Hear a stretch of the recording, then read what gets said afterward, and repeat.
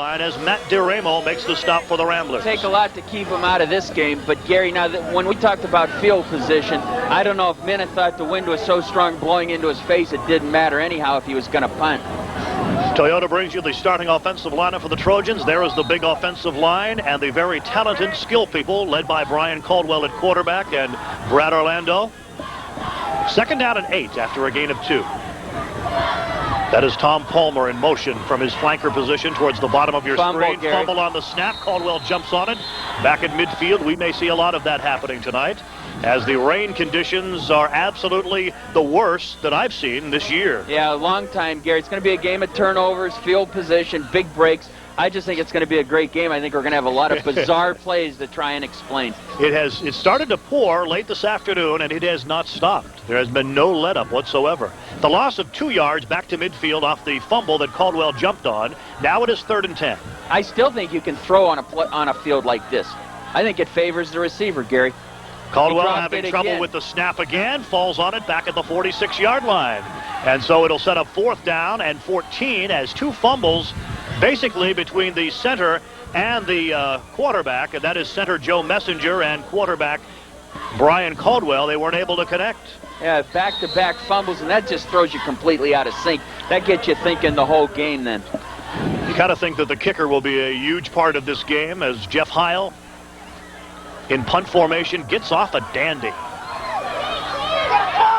Lustig has it at the 25, 30, 35, turns it upfield, and it is bounced out of bounds as he crosses the 40 to the 42-yard line. And coming down for McDowell, Jeremy Torek to make the stop on Justin Lustig. But good field position to start for the Ramblers in the rain at Gus Anderson. Gary, that's a tremendous play by Justin Lustig. Basically, should have fair caught it, especially in the rain, and picks up about 20 yards. And again, when you're talking field position, that's a huge play. And we could have a very quick game here if there's not much throwing. We're down to 7:47 left to play here in the first quarter. Both teams had 1 possession. Neither team has been able to pick up a first down. And there's another factor on this wet turf. Justin Lustig tried to cut it back to the inside, fell down. Tim Nagel covered him up on the play, but he lost 2, basically because he could not turn on this natural surface here at Gus Anderson Field. Gary, I feel if your quarterback can grip the ball, throw it on this field. Get some one-on-one out there, the defender may fall. And if you know where you're going, which of course we don't, but they may. They know. They're in pretty good shape.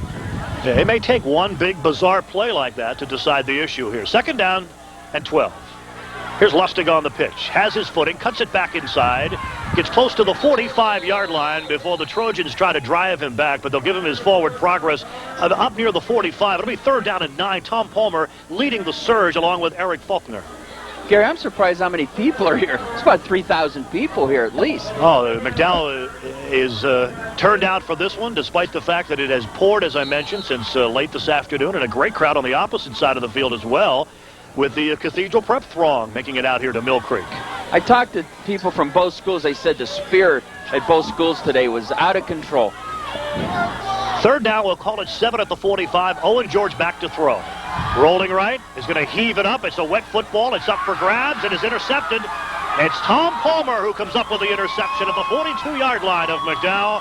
And the first turnover of the game. Tommy Palmer with the interception of the Owen George pass gives the ball back to the Trojans. Gary, and I think the wind is definitely a factor going into the west. Yeah, that ball just hung up when he threw it into the wind. It looks like the wind is blowing definitely in the face of the Ramblers here in the first quarter. And again, here you'll see, Gary, is a case of throwing when you have to, and of course all kinds of blue jerseys out there. So let's see what the Trojans can do as the rain, you see, is falling heavily, allowing Tom Palmer to come up with that ball, which was slightly thrown before the receiver. Here comes Caldwell. He'll take the snap. He'll roll right. The Ramblers with the pursuit and grab him and drop him at the 44-yard line after a gain of only a yard. Jack Sack making the stop on the play. Gary, and another outstanding play by a sophomore linebacker, Ryan Irvin. I mean, that kid's good. Prep's got a couple outstanding sophomores in Ryan Irvin and Tony Bowers. But Sack at a linebacker position and Ryan Irvin, I'll tell you, he's an outstanding player. You can see the coaches right now are kind of really stressed out what to do offensively. This is brutal. Second down, 9 as Caldwell on the rollout run, getting only a yard on the play. They hand it to Megorian. Megorian puts his big head and shoulders down and plows his way to the 47-yard line as Ed Serafini comes up with the stop on the play. And again, I think Prep's pretty much just filling the gaps like Central did last week, Gary. And on this field, it's just so hard to block somebody. I think McDowell's got to get the ball to Laban Marsh or Palmer. I really do. Somehow they got to get it to them. And if they got the wind at their back, which we think they do, now's the time to do it. Yeah, Central holding a McDowell team that had been averaging about 34 points a game down to 17. But that were the only points of the game as McDowell won last week 17-0. Here is Caldwell, third down and 6, rolling right, throwing, has a man open, Palmer, but the ball is tipped away by number 44, Ryan Irvin. And there's the young sophomore linebacker almost coming up with an interception. Palmer was wide open, Gary. I'll tell you this, you talk about McDowell being 6-1, they deserve to be. Prep being 2-5. This is the kind of situation Minna George loves. Nobody can get a team ready for a big game better than Minna George. Absolutely, and although they have not been successful against an over-aggressive schedule this year, it will definitely pay off in playing games like this. Heil receiving the low snap, getting off another beauty. This time Lustig will let it hit, and Ramon Ellis fumbles the football as he tries to pick it up, and they'll fall on him near the 20, but the Ramblers will keep possession as Tom Palmer comes down number 4 to cover Ramon Ellis up on the play. But here's the thing, Gary. You're talking about field position now, and Ramon Ellis right now could not get a grip on the ball, and he could have picked up maybe 10 yards, which is huge, but he's just happy to get the ball back. But they got to get the ball moving straight ahead because McDowell right now is in charge of field position. It's being played in Prep territory. The market of the 21, we'll call it 1st and 10 there. And here comes Justin Lustig out of the pitch from Owen George, getting a couple of yards, squeezing it out as we count down to 4:15 left on the play. Brad Orlando clogging things up to make the stop. He's joined there by Joe McGorry.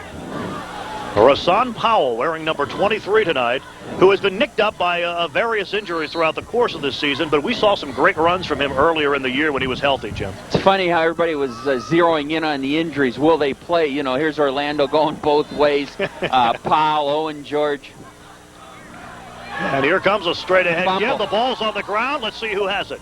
They're scrambling for the loose ball. I think the Ramblers got it back, which would set up about a 3rd and 10, and they did. So we've had one turnover, but a number of near misses as Jason Elwell is credited with the tackle on the play for McDowell. I think he stripped it of Rasan Powell. Powell goes in there, right, and he was on the ground. Yeah, he was on the ground. That wasn't a fumble.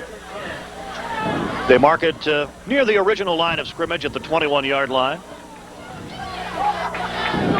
We'll call it 3rd down and 10, 3:20 and counting left to play, scoreless first quarter. You got to play draw all the way, I think, Gary. Little end around. End around, and here comes Ed Serafini. Serafini just doesn't have the speed to get to the outside, and Eric Faulkner manages to catch him. He does pick up about 3 yards, but it's 4th down and 7, and the Ramblers now will have to punt in this soggy field from deep in their own territory. Gary, I'll say one thing. If one thing would have favored Prep, it would have been their speed in the backfield with Powell and Lustig and Mark Lockett and Ramon Ellis. So the field has negated that. Anything going wide tonight is going to be slow developing, and I'm sure Minna George is not looking forward to seeing this punt right now. Brian Spry standing back at his 10-yard line awaiting the snap. It's a good snap and a low kick that hits near the 40. It hit blue. Did it hit a McDowell player? Yeah, it did. The referees are saying yes, it did. And if it hit a McDowell player, it's a free ball, it's a fumble. Cathedral Prep jumps on it. Jeff Van Volkenberg is the man who made the play. Gary, those strange plays I'm talking about in these types of field conditions. You just don't see a punt in the air for about 15 yards and you're blocking. And while this is in the air, the McDowell people are yelling, get out of the way. It hit him right there, and the official was right on it, Gary. So that's a huge, huge gainer in a night like this. That is a gain of 20 yards off the punt. So as we count down to 2:05 left to play here in the first quarter, the Ramblers will keep possession of the football at the 41-yard line. George pitches it to Lustig. Lustig manages to keep his feet and dive forward back to the original line of scrimmage. It'll be 2nd and 10 from there. Joe Megorian is the man who covered up on the play. There's the league, if you want to call it that, AAA, AA. Vincent and East playing at the stadium tonight. Vincent, of course, can win that, and they're winning rather easily. 20-0 in the second quarter. Looks like Joe Buff's team will be headed to the playoffs. Big difference playing on artificial turf in the stadium, Gary. You can stick with your game plan. 2nd down and 10 at the 41-yard line. Here's Lustig again. Looks like he's got some room. He's at the 45. He puts his head down and gets to the 48-yard line. They keep the clock running. He'll be about 3 yards short of the first down and make it 3rd down and 3. From there, Brad Orlando makes the stop, and Chuck Pizarro joins him in on the tackle. Gary, again, when you're in a game like this, everything's out of sync. Your drops, you know, how quick you get around the end, how long you have to hold a block. You know, do you run the draw play now? It takes so long to develop for prep, which has been their bread and butter for the last, 16, 15 years. 3rd down and 3. And it is Owen George carrying the ball himself, crossing midfield, getting to the 49 as a flag goes down. You see it in the corner of your screen there, the lower left-hand corner. And if it is against the Ramblers, it's a costly penalty. It looked like he was very close to getting a first down. Yeah, on a night like this, Gary, a 10-yard penalty is like a 30-yard sack. I mean, it's just, there's no question McDowell has to take the penalty. Obviously, it's going to be a hold. Holding on the offense. 10-yard penalty. Still 30.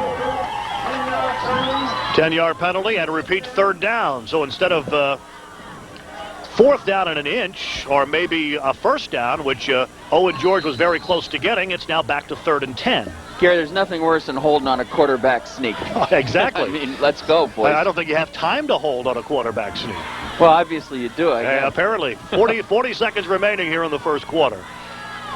Here's the toss to Lustig. He's trying to get to the outside. He turns the corner 40, 45, 50, dives forward, and tries to get the first down yardage. He's very close to it as he runs out of bounds near the 48-yard line. Let's see if he was able to pick up the first down.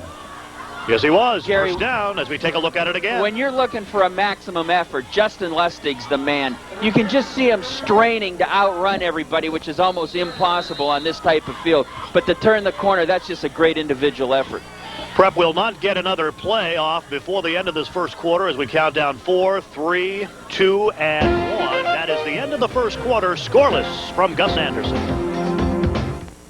Indiana University of Pennsylvania is an investment in your future. We offer over 140 majors in undergraduate, graduate, and doctoral level programs. We have smaller classes, one-on-one teaching. We're recognized as a Best Buy university by many of the nation's leading college guidebooks, including Barron's and Money Magazine. Plus, we're rated as one of the 5 safest universities in the country. Strong character development in both academics and athletics. IUP, on the field and the classroom, we know what it takes to make you a winner. IUP, check us out. When the Prep Ramblers and McDowell Trojans take the field, the two will engage in one of the most competitive rivalries, not only between the players, but the coaches. Minna George and Ron Rudler are considered 2 of the top high school football coaches in this area. Off the field, they're close friends, but when the whistle blows, these coaches only have one thing in mind: victory. This Prep Flashback has been brought to you by Beals McMahon Painting. Just as Cathedral Prep is committed to excellence, Beals McMahon brings you the best in professional painting. Clarion University. We offer more than 70 different academic choices to help you prepare for a career.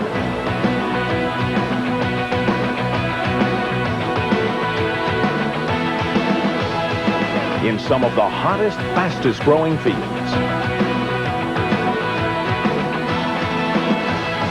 Clarion University, meeting the challenge of a professional career. Hi, I'm Bob Ferrando, and I'm here at the Erie School District's Veterans Stadium. This is a big place, but the selection at Bob Ferrando Ford World is so large that we can fill this stadium 3 times. We stock in volume, so we can sell in volume with prices as low as $69.99 for a new Aspire and $99.99 for a brand new Escort. We guarantee the lowest prices in the tri-state area on every new Ford in stock. That's why nobody outsells Bob Ferrando Ford World in Girard. Nobody! The Sports Section. The nation's leader in youth sports photography. The Sports Section. Unique, creative, and collectible. The Sports Make Section. Your team season truly memorable. Call Scott Kuhn at 825-8344. The Sports Section. Gary Drapcho with Jim LaCorchick. Hope you are dry and warm wherever you are, and glad you could join us for our game of the week. 1st and 10, Justin Lustig, and Joe Megorian has him. Huge loss on the play as Lustig tried to get to the outside. Basically the same play, Jim, that they ran before the end of the quarter that got the first down for the Ramblers. That time they weren't able to spring Justin Lustig outside. Yeah, the only difference, they didn't run it towards McGorian, and then Weaver coming up to help, playing it all the way. So a great play for the McDowell defense. McGorian coming off a sensational game last week, offensively and defensively against Central. Huge loss, 7-yard loss, way back to the 45-yard line of the Ramblers is where they mark it down. Second down and 17. First moments of the second quarter, we are scoreless.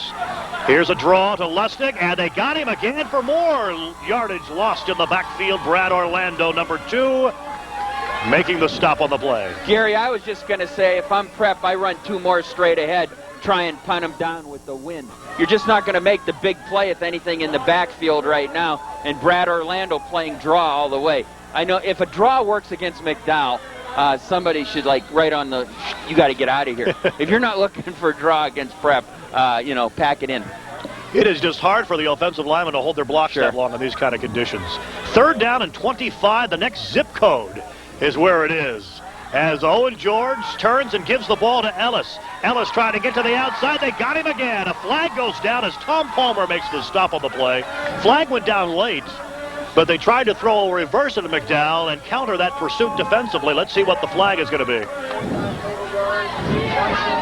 Gary, there was a block from behind on that play. Again, we were talking about by the time the runner gets there, there's just too many defenders, and the Prep kid was trying to block from behind. On the offense, penalty is declined. Wow. Fourth down. I would have taken the penalty. Trying to get better field position. Fourth down, and if it was third down in the next zip code, this was fourth down in the next country, I think. We're into Canada. Because that's 10 yards from the foul, Gary. From the spot of the foul, right, and it was back at the 35-yard line. They would have had third down at the 25. Yeah. And about 35 yards to go for the first down. Prep just can't get over the hump field position-wise. They did a nice job of getting the ball out to midfield. And then 3 consecutive plays resulted in losses. As you see, Laban Marsh, the lone deep man, and Brian Spry back in punt formation. They try to block it. They do. Palmer got the block. It's rolling towards the sidelines. It is out of bounds at the 32-yard line. That is where McDowell will take over first and 10. I think Tom Palmer, number 4, Jim, got the block of the Brian Spry punt. Yeah, they just sent everybody, Gary. You don't have to worry about anything fancy here. Here comes Palmer. Comes in clean. That's the kind of play you got to make on a night like this. Right there. Palmer, the first of about 4 McDowell defenders. An amazing stat is that is the 5th time this season that Tom Palmer has blocked a punt. Then it's not a shock to anybody. Here comes Brad Orlando. Orlando banging his way, backs his way in across the 30 and gets to the 29-yard line. He got about 4, and it'll be second down and 6. Under 10 minutes to play second quarter. A scoreless game. Neither team has really threatened. There has been only 1 turnover. That was an intercepted pass by Tom Palmer. Apparently, you have to account for Palmer on the punt block. Somebody forgot to account Starting to see a trend here, or what? 5 blocks. He had 4 coming into this game, and the Ramblers let him get 1 here tonight. Setting up McDowell for the first offensive scoring threat as they bang their way inside. I think that was McGorian who carried the football straight ahead, and he gets about 2 or 3 more yards. It'll set up third down and 5. As they mark it inside the 30 to the 28-yard line. Ed Serafini credited for the tackle. Gary, if Brad Orlando's healthy, I run him the next 2 times. This kid's tough. The kid's going to slash on this type of field. If it can be done, he's going to get it done. I would try and do it straight ahead behind a big offensive line with a blue chip kid. Third down and 5. He did not practice at all this week after sustaining that injury late in the first half against Central. Set out the entire second half. Here's Caldwell back to throw. He's looking, trying to set it up. They throw it, and Orlando drops it. Dropped the ball at the 25-yard line, and we've got a flag. We've got a flag back at the 35, back where Brian Caldwell was throwing the football. Let's see what this is all about. Could be a hold, Gary. They're talking to Lustig. It'll definitely then go against the Trojans as the referee explains exactly what the scenario will be. Here's a look at it again, Jim. All right, there's Caldwell. Oh, yeah, 79 was being tackled, and that's from the spot, Gary. You got to take the penalty, obviously. Holding on the offense. 10-yard penalty. Replay the down. Any penalty like that, and you mentioned this already, Jim, is absolutely huge because It has, instead of like a 40-yard gain. Right, tonight. instead of a 4th down and maybe short yardage, or in that case the incomplete pass, it would have been 4th and 5. Now it's 3rd and 20. They mark it all the way back to the 44 as it was marked off from the point of the infraction. I did say hand it to Orlando, didn't I? Right. All right. Here comes a little Marsh screen on a pass. They flanker got it to screen. Laban Marsh. Here he comes across the 40. He's down to the 36-yard line, but the Ramblers were able to pursue nicely, led by Ramon Ellis, and it'll be 4th down and about 14 at the 36-yard line. They have to get into the vicinity of the 22 for a first down. They Gotta punt it, Gary. They're at the 36. Yes, Wow. if they could punt it from here, they would definitely put the Ramblers deep in their own territory with 8 minutes and 20 seconds and counting left to play here in the second quarter. We are scoreless. Neither team is threatened. I just want to say, if they do make it, Gary, this is a ridiculous call.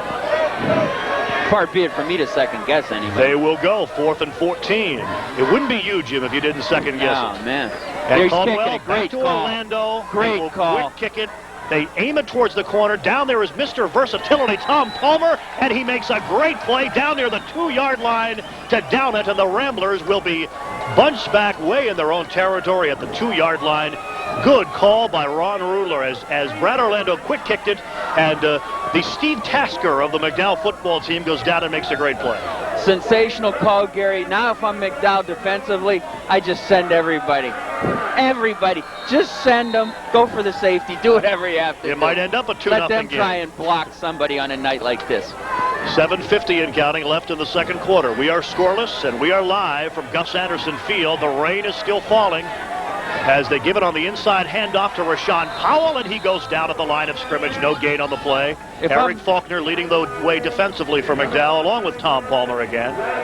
Gary, I think if I'm prep, I just stand up and hit the wide receiver, try and get the ball to him, try and let him go one-on-one, because you got nothing going for you down in this end of the field. Rain has let up a bit.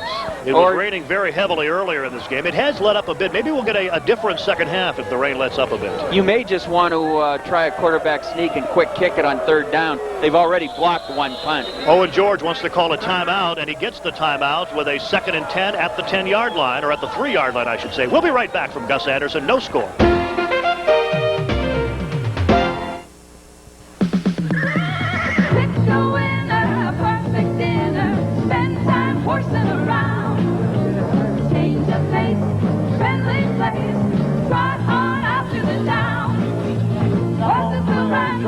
We'll have some fun, day and night, all year round.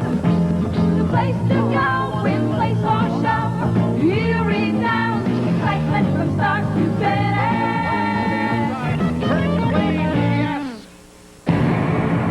Crunchy.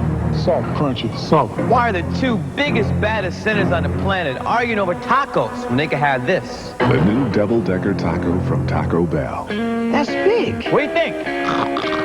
Wait till they try this. Introducing the nacho cheese double-decker taco. All the double-decker taste you love, now smothered in nacho cheese sauce. Just 99 cents. Only at Taco Bell. You guys are millionaires. Buy your own. Buy your own. Live from Gus Anderson Field, I'm Gary Drapcho with Jim LaCorchick. It is 2nd down and 10 for the Ramblers. At the 3, they flip it out. They got Ramon Ellis. He has the football, and he gets it close to the 10-yard line. And about 2 yards short of a first down. But they listened to you, Jim. They got the ball out to one of their special men. They're blue chippers. They're talent boys, and tried to move it upfield. Gary, it's not easy doing the collar, coaching both football teams, trying to be an offensive and defensive coordinator. But at least you get a person one-on-one out there. And you know, it's basically a safe pass, and when you're buried anyhow, what's the difference? Not much in terms of the first quarter stats, are there? Prep had a first down in there, too. I think they had the stats on the wrong side of the... Right, all right. Here is a 3rd down and 2. They plow it ahead. Let's see if they got the first down. Owen George on the quarterback sneak, trying to pick up the necessary 1 yard to move the sticks. And it will depend on the spot of the football. They'll stop the clock now. I think they're going to have to call the sticks out and measure this one again, Jim. Yeah, Prep first quarter, Gary had 2 first downs, 49 yards. They had the stats on the wrong side of the page, all right? We'll try to correct that. It is short. Wow. It is short by UC, about a half a yard. Is that the right stats this time, Jim? Yes, we're right Those are on the it. right stats, Prep, okay. 2 first downs, 49 yards. Time of possession, 7:41 to 4:19. 4th down and about a half a yard to go.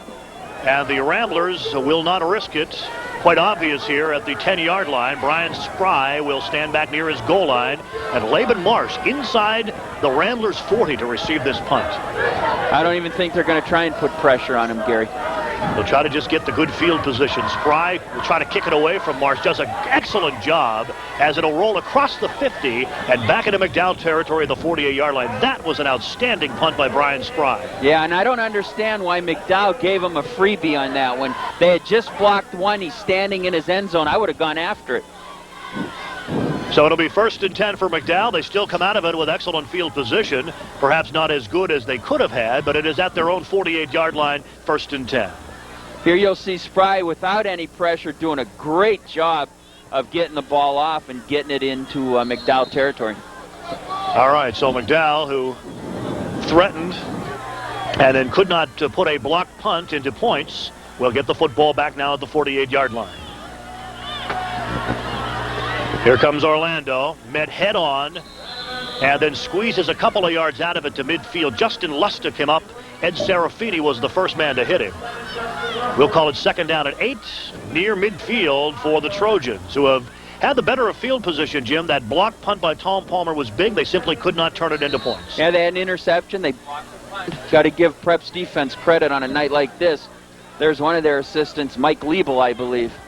2nd down, 8 at midfield.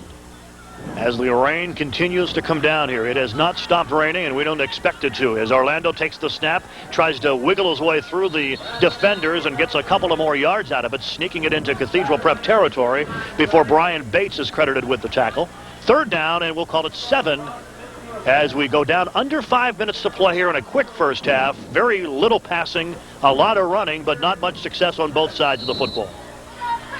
Fun game, though, so far. Absolutely. Glad you could join us on our game of the week. Central and Prep next week, and that game could mean something if the Ramblers are able to pull off what would be an upset here at Gus Anderson Field tonight. May mean something anyhow if they take 2 teams in District 10. Caldwell Got all day. There's Caldwell the back to athlete. throw, turning to the corner, turns at the midfield stripe, goes across the 45, and then is bounced out of bounds there.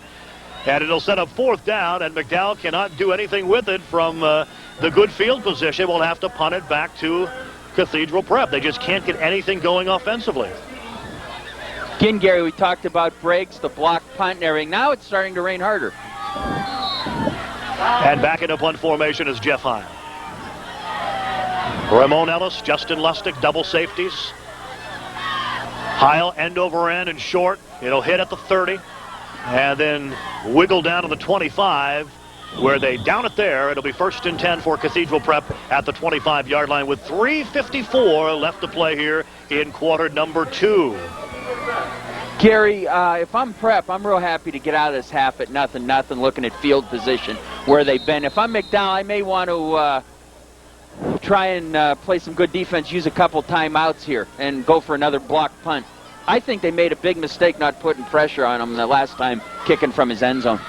Absolutely. And McDowell may be kicking itself for not taking advantage of that block punt. That may have been the biggest break of the game. Nice play defensively by Tom Palmer as he cuts the feet out from under Justin Lustig and drops him for a yard loss back to the 24-yard line. It'll be 2nd down at 11. That may be that block punt that McDowell had in the 2nd quarter, the one big break that they're going to get in this game. And they tried to throw on 3rd and 5. They ended up getting a holding penalty and could not convert then the 15 or 20 yards they needed then into a 1st down. I just sit here thinking Palmer, Orlando, Lustig, you know, a big play out of one of those guys. Here is Rasan Powell banging his way across the 25 to the 27. Palmer again comes up to make the stop. And Brad Orlando, number 2, Jason Elwell in on the tackle as well. 3rd down and 8 at the 27-yard line. Jason Elwell, a 5'10", 225-pound junior, really been coming on like gangbusters this season defensively. McDowell giving up only about a touchdown a game. They had a shutout of Central a week ago. They've had 4 shutouts under defensive coordinator John Cashone this season of their 6 wins. Here comes Owen George on 3rd and 7. Can't turn the corner. Has his feet cut out from under him. Joe Megorian. They keep running to his side. And Megorian keeps living in the backfield of the Ramblers. I would have used a timeout about a minute and a half ago. McDowell's using one now. And there is a timeout right now. We'll go to a commercial break. No score here from Gus Anderson Field. When it comes to insurance protection for the family car, more families want a State Farm agent in the driver's seat. State Farm agents guide more families with their homeowners insurance, too. And they can lead you to an outstanding value in life insurance. If you want to get all your family insurance on track and keep it on track, get yourself a State Farm agent. Whether you need home, health, life, or auto insurance, put Gene Schlosser in the driver's seat. His good neighbor service will help you get all your family's insurance on track. The sign says it all. Andy's Pub and Gold Crown Billiards. Whether you're looking for an unbelievable selection of tantalizing food or one of the best spots in Erie to relax, shoot a couple games of pool or watch your favorite game on one of 13 TV screens, the place to go is Andy's Pub and Gold Crown Billiards. Just look for the giant sign on the corner of Peach and Liberty. Andy's Pub and Gold Crown Billiards, where food and fun is the program. Gary Drapcho with Coach Jim LaCorchick up here at the booth. You know the coach up in Buffalo, you're going to be the coach of Erie. Thank you, Gary. 2:21 to go. McDowell called a timeout, saved some time on the clock. Now they're coming. And here comes the Trojans trying to block the punt. Wow. Great punt by Brian Spry. Laban Marsh watches it bounce. Look at it go all the way back to the 20-yard line. Picks it up at the 25, across the 30, the 35, and then Justin Lustig runs him out at the 38-yard line. But a great punt by Brian Spry and a good return by Laban Marsh. And it'll be at the 38-yard line for the Trojans. Yeah, I don't think you want to get too fancy if you're McDowell now, Gary. Spry right now preps MVP, and that's in front of a big rush. Just absolutely crushes the ball. Hey, you see Marsh had to run back about 30 yards before he was able to pick it up. Then made a nice return. Nice job by Marsh to at least keep McDowell in the game offensively rather than just running the clock out deep in their territory. 1st and 10 at the 38. Caldwell back to throw, hands the ball to Orlando. Here comes a screen. He's got some room, 40, 45, and then gets a good 8 yards down to the 47-yard line as we're under a minute 55 and counting left to play here in the second quarter. That's what a great individual effort by Marsh did, Gary, because if he doesn't return the punt, they're running the clock on. Here's Brad Orlando. As I said, I try and get the ball in the hands of your blue chippers on a night like this. 2nd down and 2. Clock continues to roll. A minute 35 and counting left to play. No score here. And McDowell will try to put something together here and give the ball to Orlando. Tries to cut it back. Does not get to the first down marker as he is stacked up there. He may be close at the 48. But if he got it, it was very close.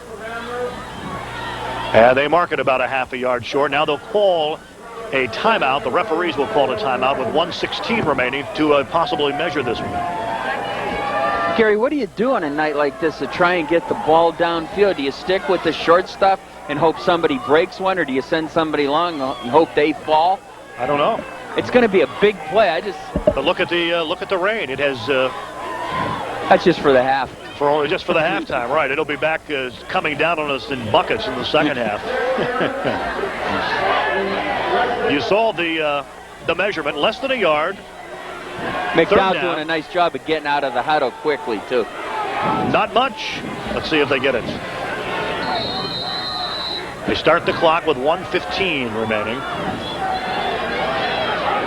Takes the snap, Caldwell. Plows ahead, moves the pile forward, close to midfield, and a first down. So the Trojans will have a new set of downs to work with near midfield with 1:06 remaining. Gary, you got to get out of the huddle quickly if you're not going to take a timeout.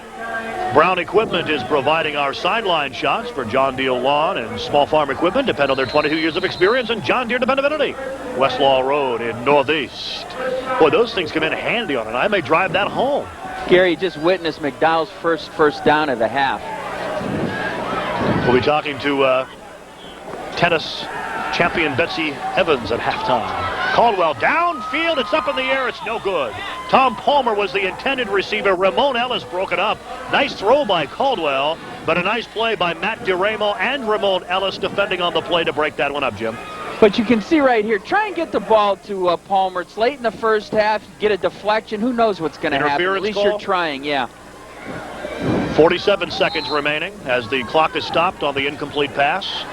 2nd down and 10 from midfield. Caldwell back into the huddle now after getting offensive instructions from Coach Ron Rudler. No score here on a rainy, cold, chilly night from Gus Anderson Field. Palmer is the man in motion. Caldwell back to throw, has some pressure. They're trying to set up a screen. They can't get it to Megorian. He had some blockers in front of him, but it was Matt Zona who was bearing down on Caldwell as Caldwell was releasing the football and couldn't get it to Joe Megorian cleanly. Incomplete. Yeah, it was set up partially, Gary, but a nice call. That's the kind of play I think is going to be the difference tonight. And, of course, that was the big difference for McDowell last week against Central that put them in the lead. Big screen to Megorian. Yeah, it was scoreless into the second quarter when Megorian ran a screen about 47 yards out for a touchdown. They tried to do the same here. 3rd and 10, midfield, 42 seconds remaining, first half.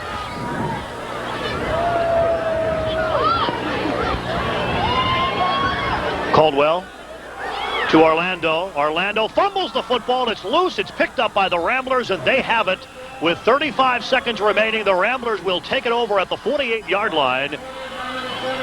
And maybe a couple of last chances for Cathedral Prep to put some points on the board. Justin Lustig picked it up, Jim. You can see Orlando was looking ahead, trying to get some running room, and the ball was just stripped out of his hand. And Lustig, he wanted to pick that ball up on the run. 34 seconds remaining as Owen George brings his Ramblers up to the line of scrimmage. The clock has stopped. And Owen George fumbles the snap. It's loose on the ground. The Ramblers do recover it, but it wastes a down and some valuable time. And the Ramblers now may just be content to run the clock out here and get into halftime scoreless. Yeah, they're not even in the huddle right now, Gary. If they get this playoff, should be the last one and a half. I'd throw it downfield. I'd send trips right. You can get an interference call. You can get a tipped ball, as you mentioned. A lot of possibilities. And in this kind of weather, it may take one play like that to get it done. Down to 3, 2, 1. They do get the play off, and they fumble it again. And that is how, appropriately, the first half will come to an end. So a scoreless first half. McDowell and Prep, and a half of football to go. We'll be back with our halftime activity for Gus.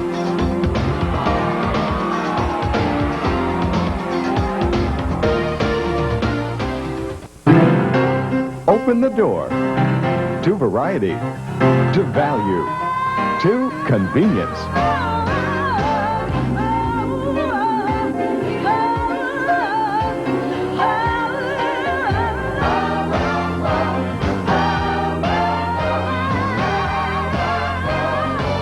Hey, we know you're in a hurry. Shop smart. Shop PennSmart. Dodge Intrepid has more available power than Camry, more available safety features than Accord. It's rated less expensive to maintain than Bonneville, and its cab-forward interior is bigger than Taurus's. So it's no surprise that Intrepid's resale value is higher than all of the above. Or should I say, all of the below. Dodge Intrepid. This changes everything. Now lease the cab-forward room and stability of Intrepid for just $259 a month. Erie Sports Store's Team Jacket sale is now in progress. Buy now and save 20% off on all licensed team jackets from Starter, Pro Player, Reebok, and DeLong. Choose from nearly 1,000 jackets in all the hottest teams. You will find a larger selection of team jackets at greater savings than at the Erie Sports Stores. Score big now during Erie Sports Store's Team Jacket sale going on now. Erie Sports Stores, we do it right. Erie Sports Store. There are lots of new model introductions. You're simply the best. But the best one is at your Toyota dealer. Better than all the rest. Because the 1996 Toyota trucks have arrived. Toyota Tacomas with class-leading power and payload and big savings. Or lease now and save with Toyota's special introductory offer. Save on Toyota's big T100. Now's the time to get a new Toyota truck because it's not just any introduction, it's the best one. At your Toyota dealer now.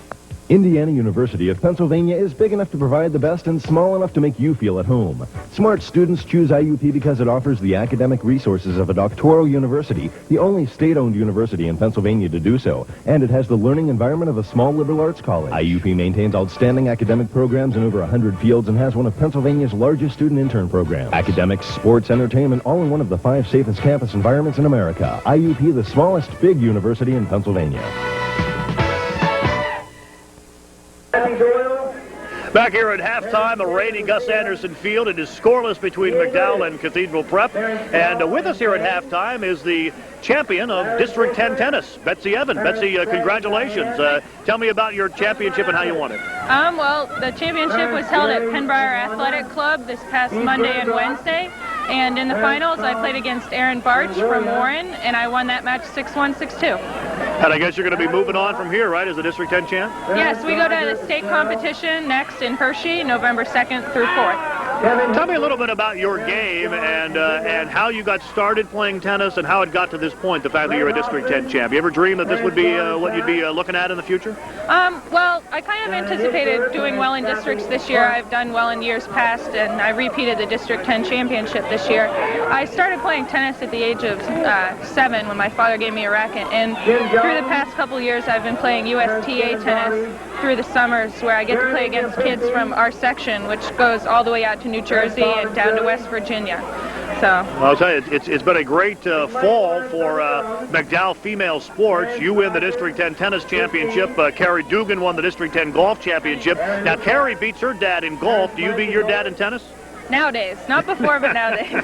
That's good to know. Betsy, congratulations, and good luck down in the States. Thanks a lot. All right, let's bring in Dave Hanlon now. Why don't you go over there, Betsy? We'll bring Dave in here real quick, as it is Parents' Night. Dave, are you nice and dry? Where have you been during the first half? Gary, I've been braving it. I've been on the field, but I took my park off for the interview, but it's terrible conditions for both teams. One score could determine the outcome tonight. Yeah, I think that the block punt that Tommy Palmer had, I thought was going to be the huge break, but unfortunately, as far as you're a McDowell fan like yourself, they couldn't take advantage of that. Yeah, and like I said, it's both teams have the elements, but it's interesting. When I saw both teams take the field tonight, they're like little kids too. They like the conditions. I think they're having a blast, but I know there's a lot of anxious moments in the locker room at halftime. It's such a big game. Let me ask you about the Quad A district playoffs and what's going to happen here tonight. If McDowell wins, they clinch the Metro Quad A championship. If Prep wins tonight, they'll play Central next week, and if they win that game, they'll be. What do you know about what's going to be going on in the Quad A District 10 championship? From what I understand, the District 10 committee met on Wednesday, and I'm not privy to any information at this point.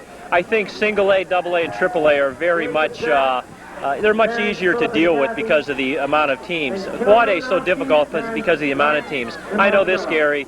We control our own destiny. We win the football game tonight. We're the Metro champs, first time since '84. We are in district playoffs. Whether or not they take 2 teams or 4 teams, I'm not quite sure yet. If we lose, we still have a shot, obviously, but we take care of our own destiny tonight with a win. We're in. Would you agree that even in Cathedral Prep standing, or maybe another Quad A team, they simply do not know? Is that a disadvantage for teams? I mean, obviously, Prep wants to win tonight and against Central and clinch the Quad A, but not knowing what's going to go on has to be a little bit annoying, a little bit distracting. Yeah, you wish there was a better system. I mean, we're looking for better systems for leagues. We've talked about a District 10 league. We're in this Allegheny Conference next year. It's just our territory. We don't have a lot of teams. So I feel for the District 10 committee sometimes, but yeah, you wish you did have something more definite to go into, to look at, to shoot for. All right, let's get this rain stopped. Let's have a good second half. Thanks, Gary. All right, Dave Hanlon, athletic director at McDowell. We'll be back with more of our halftime activities from a rainy Gus Anderson Field, scoreless between McDowell and Prep in just a moment. The halftime report is brought to you by Giant Eagle. It takes a giant to make life simple. Good luck to the Prep Ramblers and McDowell Trojans from Pet Plus Lawn and Garden. May the best team win.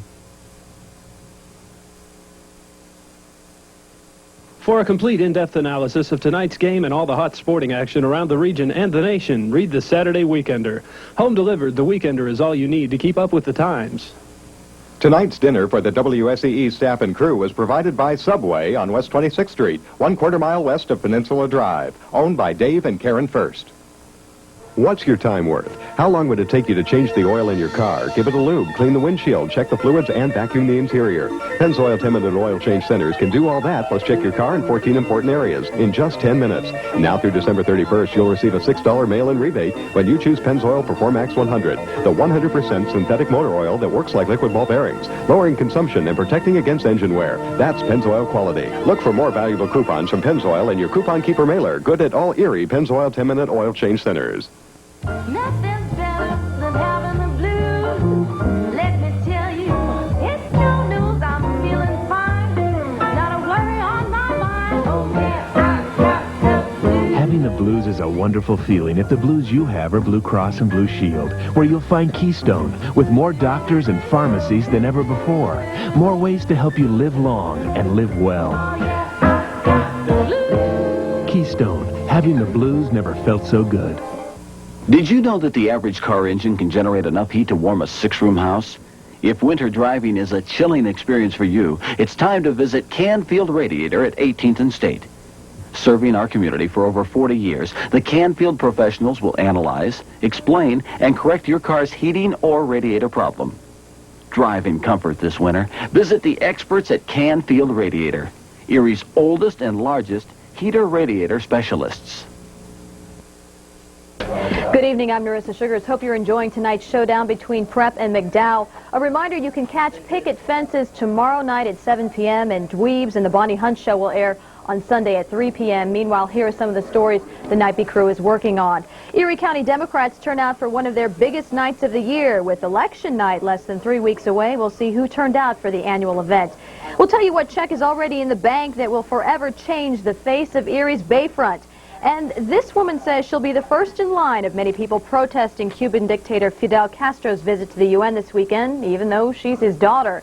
Gary Drapshow will come in further from the rain with an extended edition of Sports Watch. Join Drew and me tonight at 11 on the Night Beat. Right now, let's join Evan Eldridge at the weather station with an important update. Evan.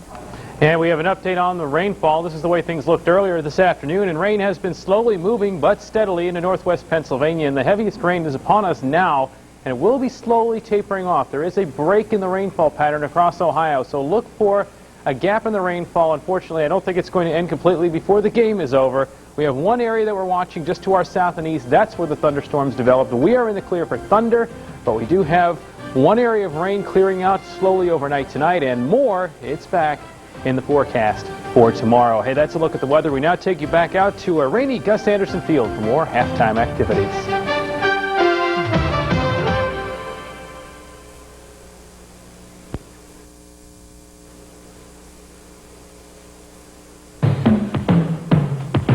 Let me tell you what's coming to pass. Lend me your ears and let's talk about plans. Just a day you lift them up for the garbage man. Now it's time to start a new plan. Throwing away bottles is really a sin, cause glass recycles time and time again. Listen up now and understand. Let's recycle and save this land. Recycle.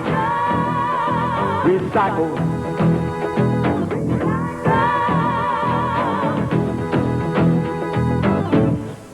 Hammett Sports Medicine presents Training Room Tips. Want to improve your athletic performance?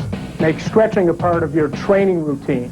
Hold precise static positions for a minimum of 15 seconds. Be sure not to bounce. Regular stretching will enhance the elasticity of muscles and tendons. You'll increase flexibility and decrease muscle strains and injuries. I'm Pete Grimaldi for Hammett Sports Medicine.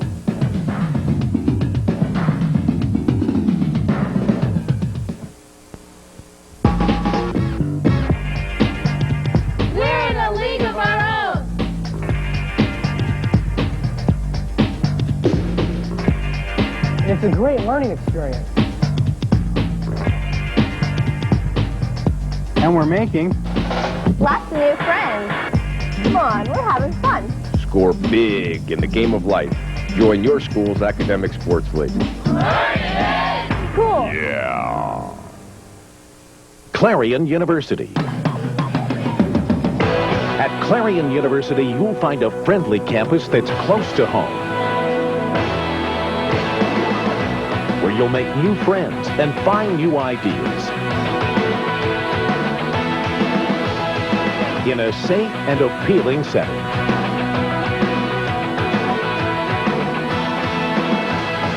Clarion University, meeting the challenge for you. Dodge's new Family Value Caravan comes with anti-lock brakes, 146 cubic feet of cargo room, 9 cup holders, 9 nooks, crannies, compartments, and cubby holes.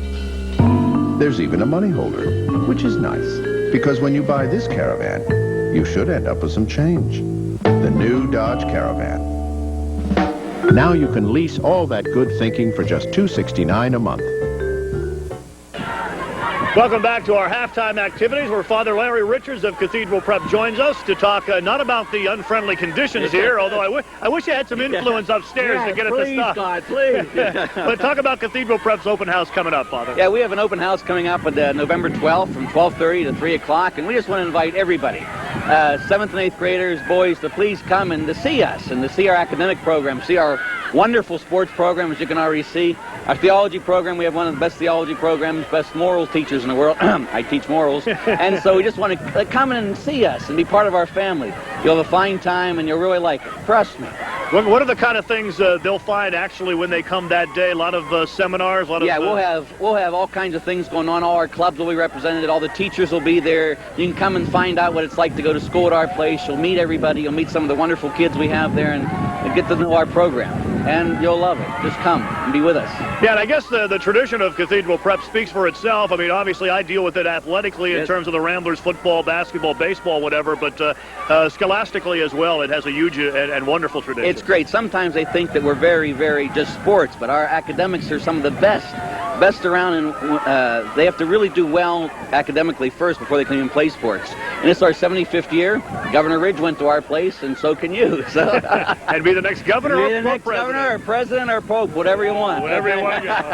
Father Richards, Father Larry, thank you very much for joining us. Thank you for having me. God bless. All right, thank you very much. We'll be back with more of our halftime activities in just a moment. There you go. Fame Manufacturing makes you the designer of your dream RV. Fame Manufacturing offers custom designs. Whether you want a trailer or just a cab for your truck, just bring your ideas to Fame, and they'll build your dream RV. Your new RV will be American-made right here in Sagertown. And because you're buying direct from Fame Manufacturing, you'll save big. Fame also offers enclosed utility trailers, used RVs, and professional repairs and service. Fame Manufacturing, in business since 1968 on Mill Street in Sagertown, just 7 miles north of Meadville. Keystone Rehabilitation Systems is an independent physical therapy practice, treating sports and auto-related injuries, as well as injuries that occur at work or at home. With physical therapy, you can reach your maximum physical potential. Ask your physician about physical therapy, and once you have a prescription, choose one of Keystone's convenient locations. Let your doctor do the prescribing. You do the choosing. Choose Keystone Rehabilitation Systems. What's your time worth? How long would it take you to change the oil in your car, give it a lube, clean the windshield, check the fluids, and vacuum the interior? Pennzoil 10-minute oil change centers can do all that, plus check your car in 14 important areas in just 10 minutes. Now through December 31st, you'll receive a $6 mail-in rebate when you choose Pennzoil Performax 100, the 100% synthetic motor oil that works like liquid ball bearings, lowering consumption and protecting against engine wear. That's Pennzoil quality. Look for more valuable coupons from Pennzoil in your Coupon Keeper mailer, good at all Erie Pennzoil 10-minute oil change centers.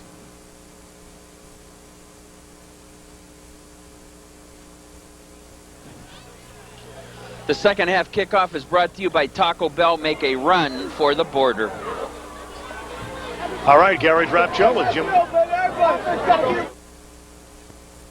Hurry, Mom! Don't worry. I've got the Giant Eagle Advantage card. How can one piece of plastic be so fantastic? Don't need those others, no. Our Advantage card makes what was hard as simple as C5. It's not complex. I can cash my checks. I got Dad a video. I'll choose the card. In all our stores, special discounts are yours. As simple as C5. Simple as C5. Giant Eagle. When it comes to insurance protection for the family car, more families want a State Farm agent in the driver's seat. State Farm agents guide more families with their homeowners insurance, too. And they can lead you to an outstanding value in life insurance. If you want to get all your family insurance on track and keep it on track, get yourself a State Farm agent. Whether you need home, health, life, or auto insurance, put Gene Schlosser in the driver's seat.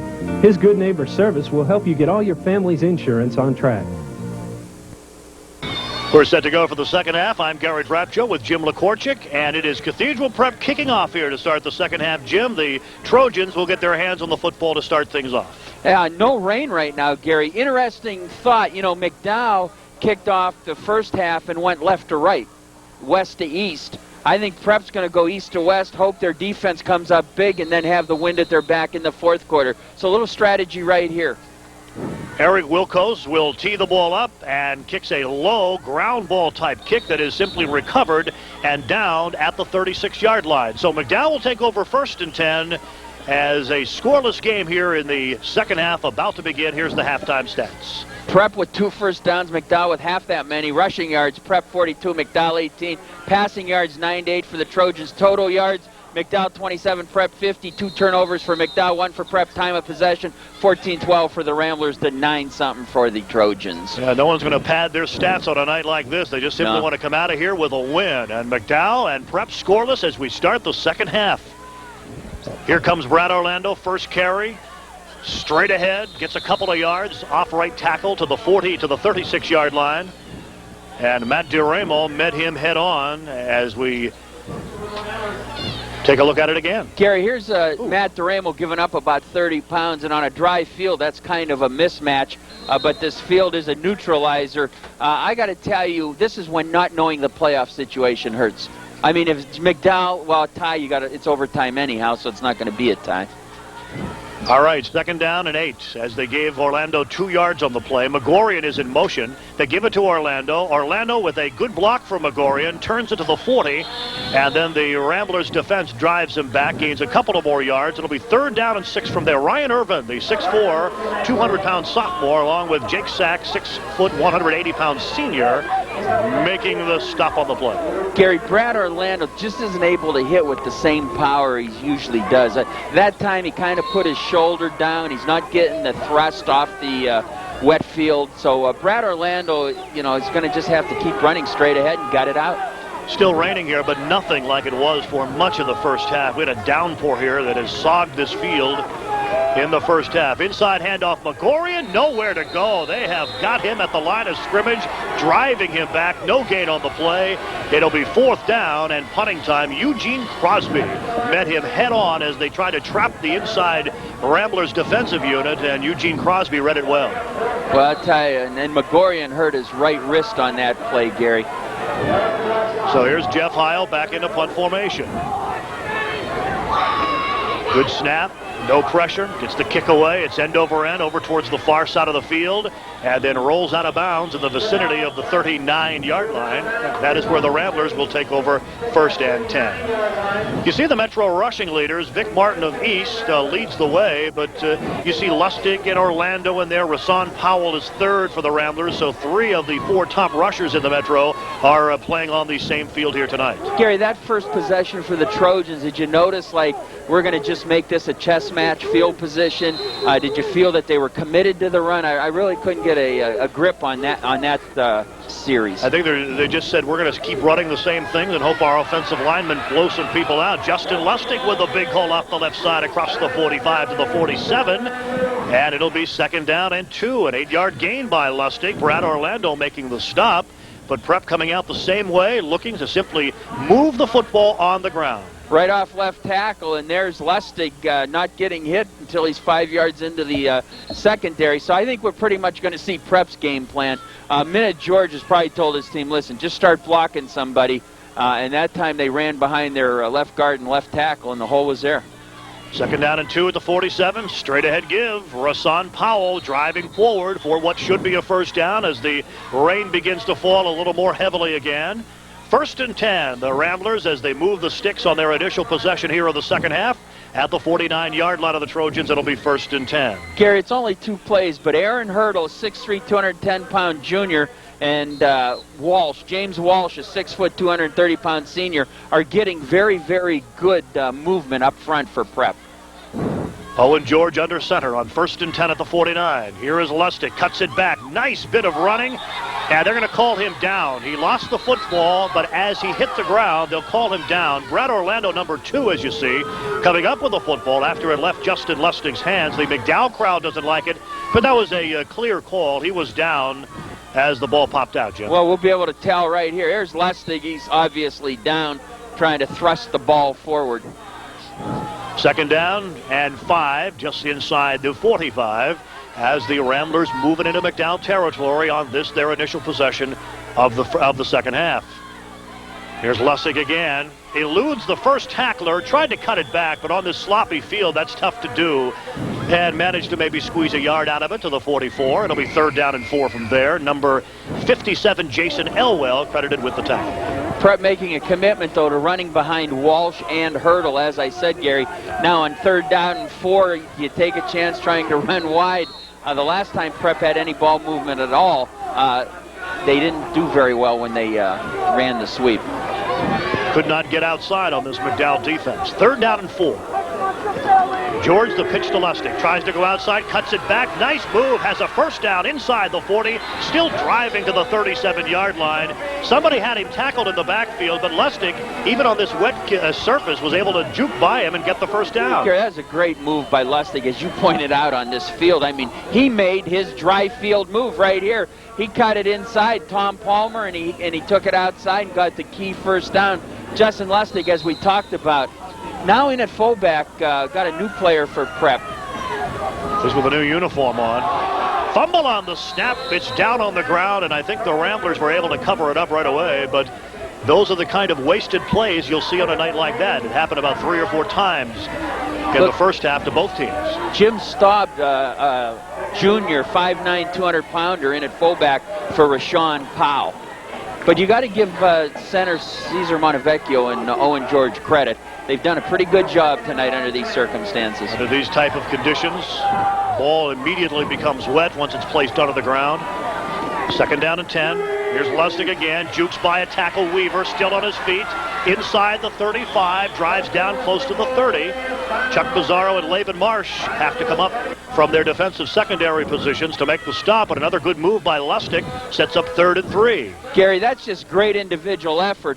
When Lustig runs left, there's nothing there, and Weaver comes up, gets a shot to turn him in. Megorian unable to hold on. Don't forget, we saw Megorian holding his wrist after McDowell's last offensive series. 3rd down and 3. Ball just outside of the 30.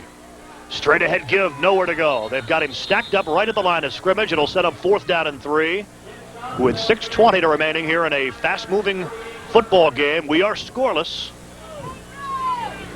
Joe Megorian was the first man, along with Keith Balco, who joined him later to hit the running back.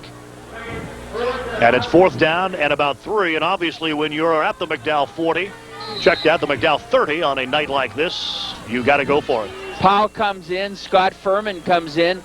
You got a key on Lustig, Gary. 4th and 3. George takes the snap. Option play. Pitches it to Lustig. Lustig skips by a tackle. Lustig has a 1st down inside the 25 to the 23-yard line. Chuck Pizarro knocked his feet out from under him, but another nice play. George played that option play very well. Gary, this is a sensational play by Owen George on this type of field. I mean, he was wrapped up by the McDowell defender and gave Lustig a perfect pitch right here. Joe Messenger's right there on Owen George, and Owen George just popped it to Lustig in full stride. I mean, that's a huge play. First legitimate threat of the game. The Ramblers have put 3 1st downs together and are threatening. Here's Justin Lustig trying to turn it back inside, and this time he's got nowhere to go. He may have lost a yard, lost 2 yards as a matter of fact. Back to the 24-yard line. Jason Elwell leading the McDowell surge as we are under 5.5 minutes to play here in the 3rd quarter. Gary, I don't know how Prep can score from here. It's so hard to pass tonight. McDowell's going to play run all the way. It's going to take a great individual effort. McDowell be crazy to even think about pass right now, I think. You got Powell and Lustig the key on there, but Owen George with a big play earlier. 2nd down 12. George with the fumbled snap. It's up in the air. Let's see who's got it. McDowell claims they do, and the referee agrees. Joe Messenger off the bottom of the pile comes up with the fumble recovery for McDowell, and at the 23-yard line, the Cathedral Prep threat comes to an end via the turnover. Yep, it's just on a field like that, it goes right through Owen George's hands, and McDowell just outfought him for the ball. Here it is. George has that snap right there. It goes through his hands, and Messenger grabs the ball for the Trojans. If anything, Cathedral Prep now knows they can move the football. How many more times they get the football remains to be seen. Here's the pitch back to Laban Marsh. Marsh in place of Orlando from that tailback position. Gets a couple of yards out close to the 24-yard line. It'll be 2nd down and 8 from there. First time we've seen Laban Marsh, who had a good second half against Central when Orlando did not play after being hurt. Gary, this may be the way to go. Prep's been getting the ball pounded inside all night on them. You get some fresh legs back there in Laban Marsh. He may be able to give McDowell what Justin Lustig gave Prep around end. 4:30 left to play here. Third quarter, we are scoreless. Both teams have threatened once. McDowell in the first half after blocking a punt, unable to do anything with it. Inside handoff to Palmer on a little scissors play from his flanker position. Crosses the 25, gets to the 27, and it'll be 3rd and 7 from there. Ryan Irvin grabbed the ankles of Tom Palmer and dropped him to the soggy turf here at Gus Anderson Field. Orlando coming in on 3rd down, Gary. They may try and hit him with that little pass that Orlando dropped in the first half on 3rd and 5 where there was that holding penalty. I'm impressed by the crowd here tonight, Jim. Nice crowd on Considering the weather conditions. I mean, it just poured here about 2 hours before the game and throughout the entire first half. It's let up a little bit, but it's still raining. 3rd and 7. Caldwell to throw. Looking, throwing down the middle, in and out of the hands of Orlando. And then the tip pass was nearly intercepted. But it falls to the ground incomplete. 4th down and punting time for the Trojans again as they tried to loft the ball to Orlando, and he couldn't pull it in with one hand. Mike Zona making the nice defensive play for the Ramblers. Another junior, 6'2", 180-pounder. Punters getting their work out here tonight. Jeff Heil standing back at his 13-yard line. Low snap, handles it well, boots it. And a fair catch called by Lustig, makes the fair catch. We'll be back. No score here in the 3rd quarter. A new name comes to Street Track and Trail in Conneaut Lake, and that name is Nissan. Nissan gives you a lot of great reasons to consider us for your next vehicle. Reasons like Nissan trucks, Quest minivans, Maxima, Altima, and Sentra sedans, and Pathfinders. And we're making Nissan the best buy in the tri-state region by giving you a variety of purchase plans to fit your needs. Watch for our weekly specials in the Erie Times, Meadville Tribune, and Venango papers. Nissan and Street Track and Trail. You'll like the combination. First down, Cathedral Prep as we get back to live action, and Justin Lustig running it over the left side, getting 4 yards out to the 48-yard line.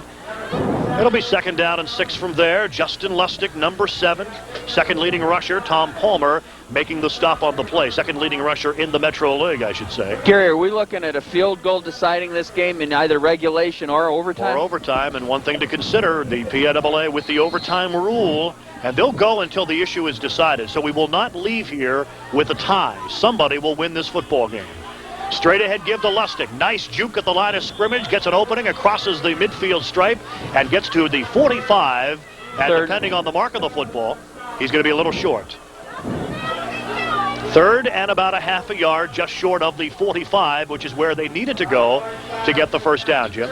Yeah, and it'll be anxious. You know, I don't know if the bad thumb is hurting Minute George or Owen George. He appears to be getting the snap.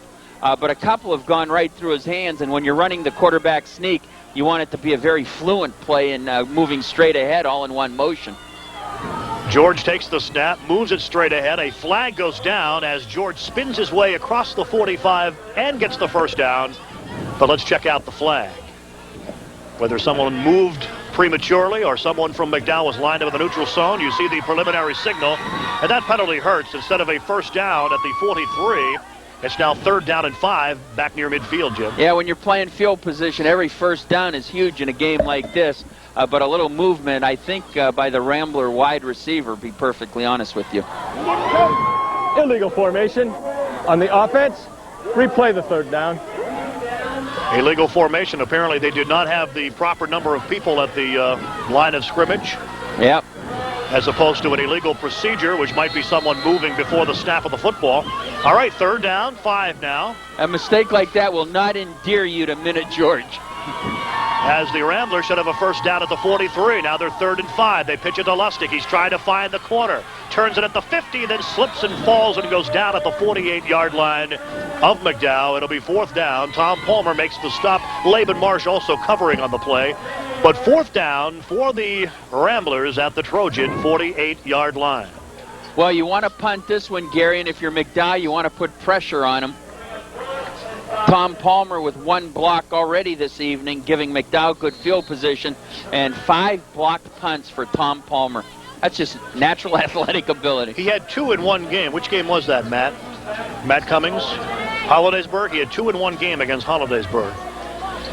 Brian Spry, the punter, back at his 35-yard line. We'll take a break right after this punt. And Laban Marsh is the single safety for McDowell. End-over-end kick.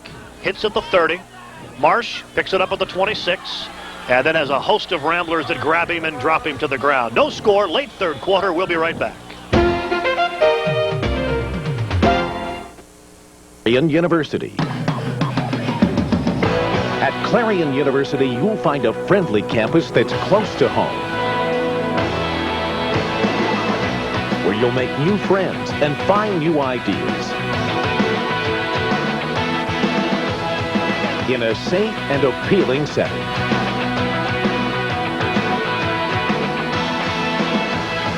Clarion University, meeting the challenge for you. Back to live action. Brad Orlando moves it forward for 3 yards, and it will be 2nd down and 7. And they appear to simply be trying to just move this Cathedral Prep defense down the field, Jim, and work their offensive linemen. We're down to 20 seconds to play here in the 3rd quarter. Gary, you got to give credit to the 2 centers on both teams. Montevecchio on that last snap, I mean, he delivered a bullet to the punter. The McDowell centers getting the ball to Caldwell and getting his block. These kids are doing great jobs. We got to get that McDowell center's name. Here is Caldwell running, and tries to turn the corner around a block, and then is pushed out of bounds in the mud of the McDowell sideline, close to the 35-yard line. Joe Messenger, the center for the Trojans. Gary, that time you got to credit Jake Sack from Prep.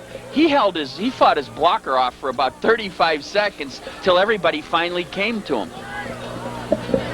That is the end of the 3rd quarter. We are scoreless. The final period is coming up. We'll see what happens. We'll be right back.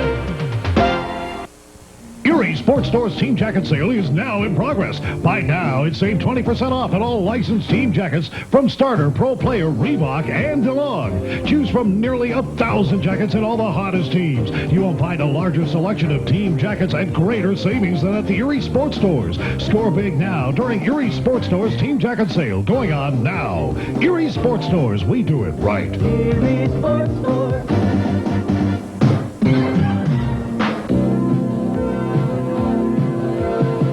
Sign says it all. Andy's Pub and Gold Crown Billiards. Whether you're looking for an unbelievable selection of tantalizing food or one of the best spots in Erie to relax, shoot a couple games of pool or watch your favorite game on one of 13 TV screens, the place to go is Andy's Pub and Gold Crown Billiards. Just look for the giant sign on the corner of Peach and Liberty. Andy's Pub and Gold Crown Billiards, where food and fun is the program. Good luck to the Prep Ramblers and McDowell Trojans from Pet Plus Lawn and Garden. May the best team win.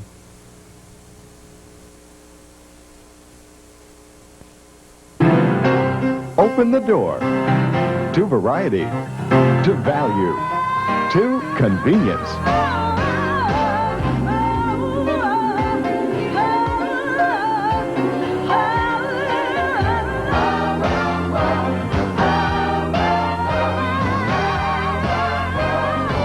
Hey, we know you're in a hurry. Shop smart. Shop PennSmart. On October 28th, Cathedral Prep will honor 7 men by inducting them into their Hall of Fame. Bill Carey, Garrett Orr, Tom Duff, Richard Dill, Jim Lynch, Richard McBride, and David Van Valkenburg are all part of Prep's tradition of success. These inductees will forever be remembered for their athletic accomplishments and for making Prep simply the best. This Prep Flashback has been brought to you by Beals McMahon Painting. Just as Cathedral Prep is committed to excellence, Beals McMahon brings you the best in professional painting.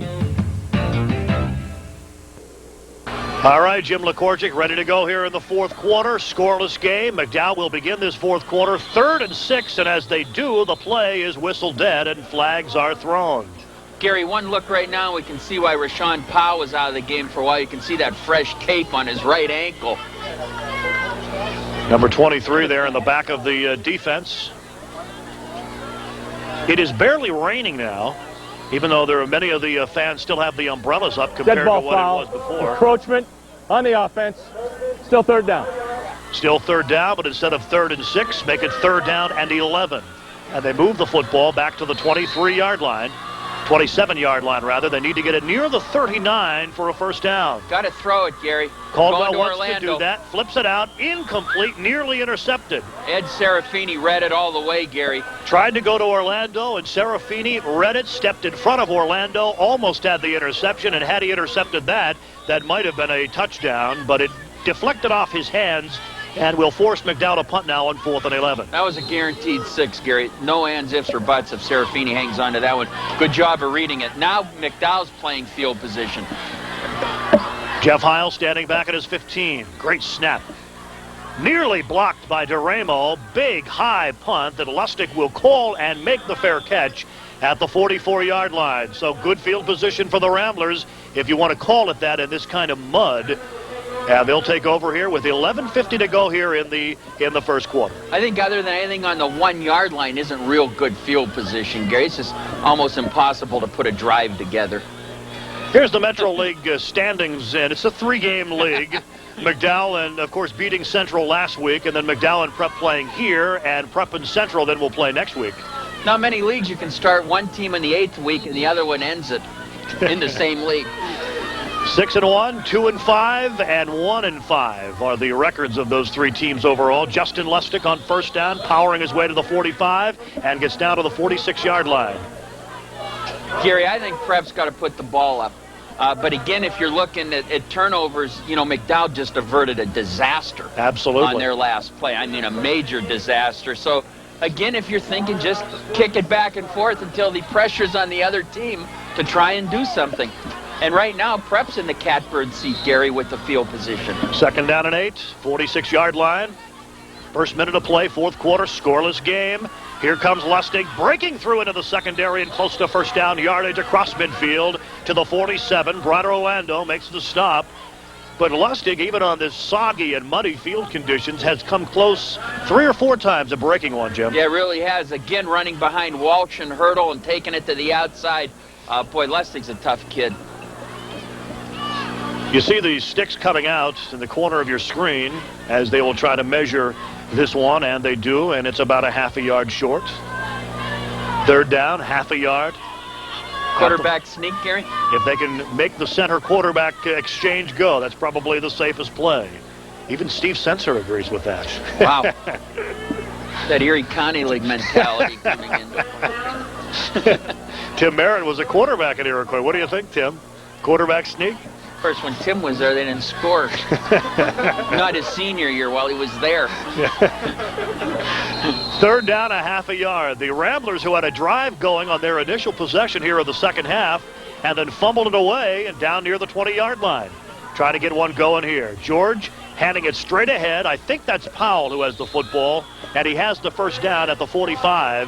Needed a half a yard, got about a yard and a half. The middle of that line, led by Tim Nagel, makes the stop for McDowell, but it moves the sticks for the Ramblers at the Trojan 45. Well, I'll tell you what, McDowell was playing quarterback sneak all the way. Owen George would not have made that first down.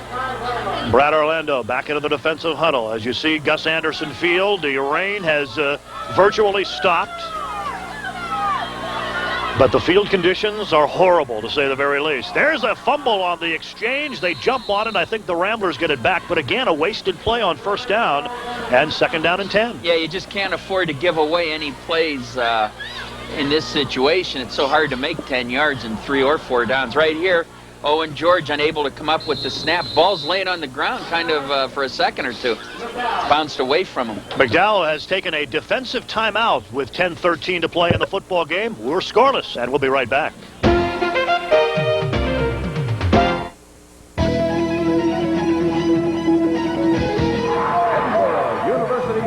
coming.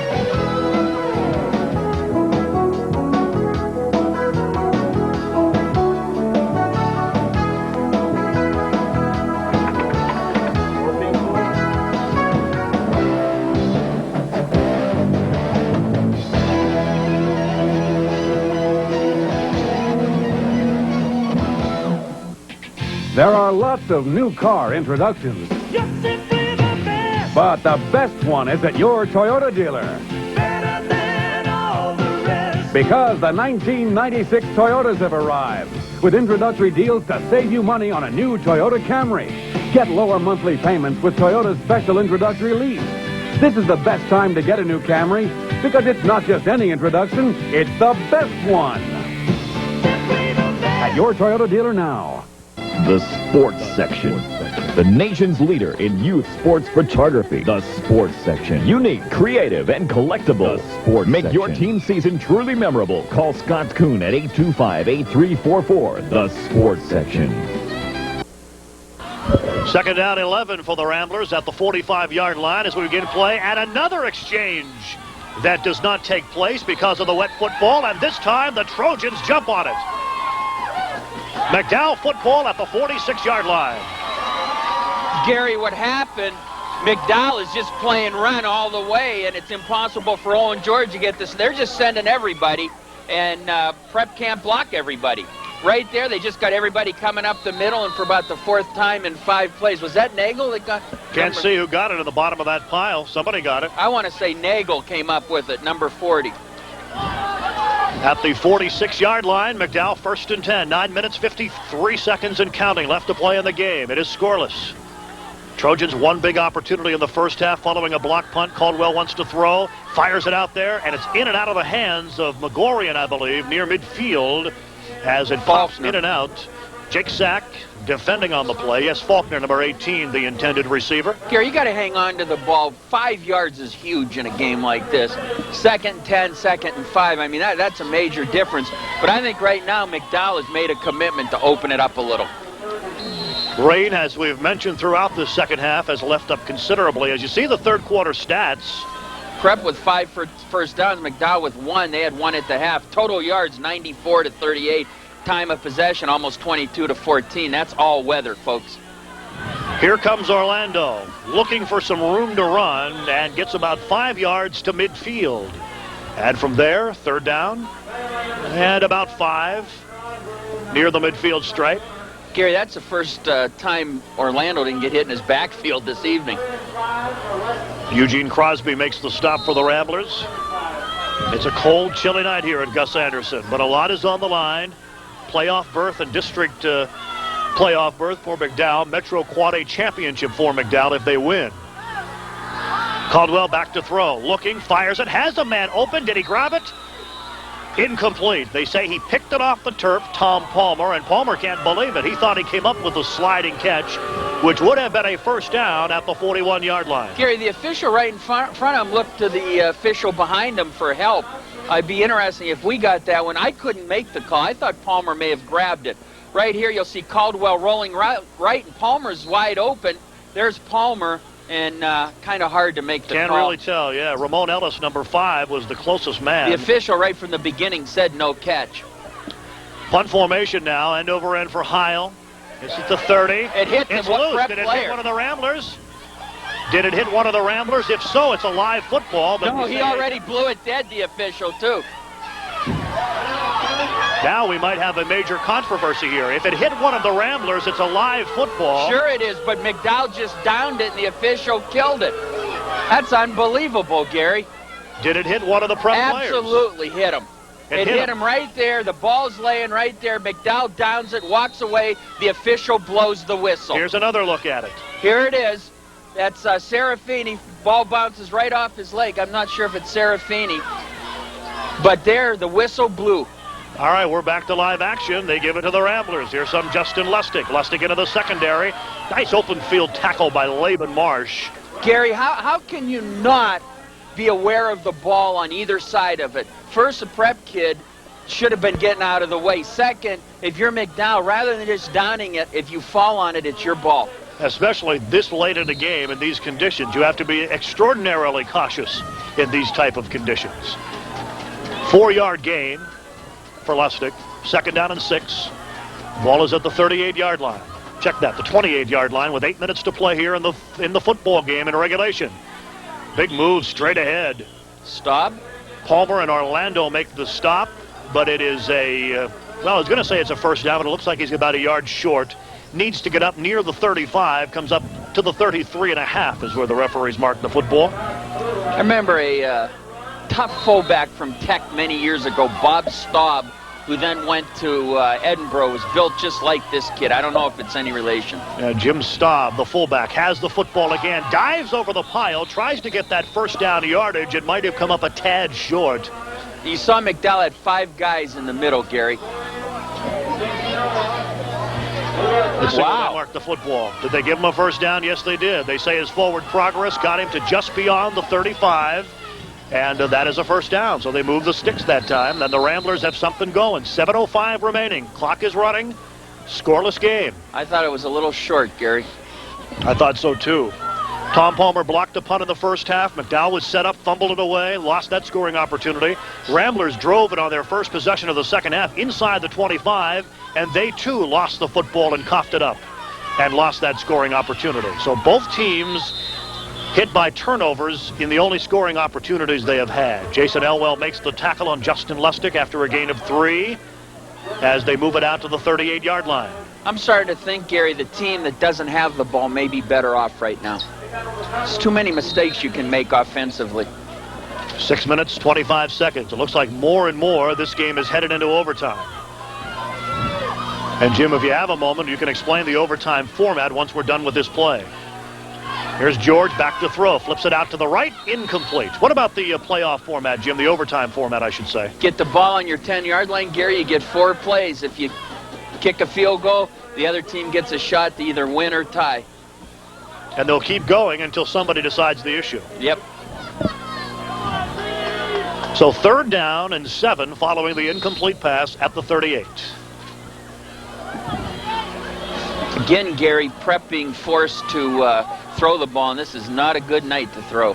Out of the I formation, the rain has picked up in intensity just a bit. Pitch back to Lustig, trying to find a hole to run. Crosses the 40, gets out to the 42, but he'll be about 4, maybe 5 yards short of that first down. And Eric Faulkner makes the stop on the play along with Joe Megorian, but it's 4th and 4 at the Rambler 42-yard line. Who was that? Brian Spry, a 10th grader, doing such a good job of punting for the Ramblers tonight. Now, I don't want to jinx anybody, but watch Montevecchio's snap, Gary. He's been delivering lasers back to the punter. And here's Palmer for McDowell, who you want to key on out in the left. And that is Brian Spry, the only clean jersey in the house at the moment. Standing back near his 30. Nice snap, and they almost block it again. Palmer might have even gotten a piece of it as it hits at the 40. Marsh picks it up at the 28. Gets by the first tackle. No, he doesn't. They spin him to the ground at the 30-yard line. Ed Serafini down to make the stop on the play. Had a great open field tackle by Serafini, and so McDowell will take over the football 1st and 10 at the 30-yard line. And Laban Marsh, a good athlete, getting the punt back there. You can see right here that Prep knew where Palmer was. Palmer was there, but the Prep blocker just angled him away from the kick. And then Serafini getting a nice open field tackle, as you alluded to. Now we're going to see what McDowell does, Gary, with just over 5 minutes on their own 31. Do you try and win it now, or do you say, well, let's put it in the hands of our defense and try and win in overtime? Caldwell sets his offensive line, pitches it back to Orlando. This time he's got a hole. It closes quickly. A flag goes down as Orlando picks up 5 to the 35-yard line. The flag came from the back of the defense and thrown towards where the play was developing. So you have to figure it's a holding call. Somebody blocking, either holding, maybe below the waist, something of that nature. Yeah, again, Gary, as we said, 10 yards on a night like this may as well be a mile. And they'll mark it from the point of infraction as well. Here comes the official's call.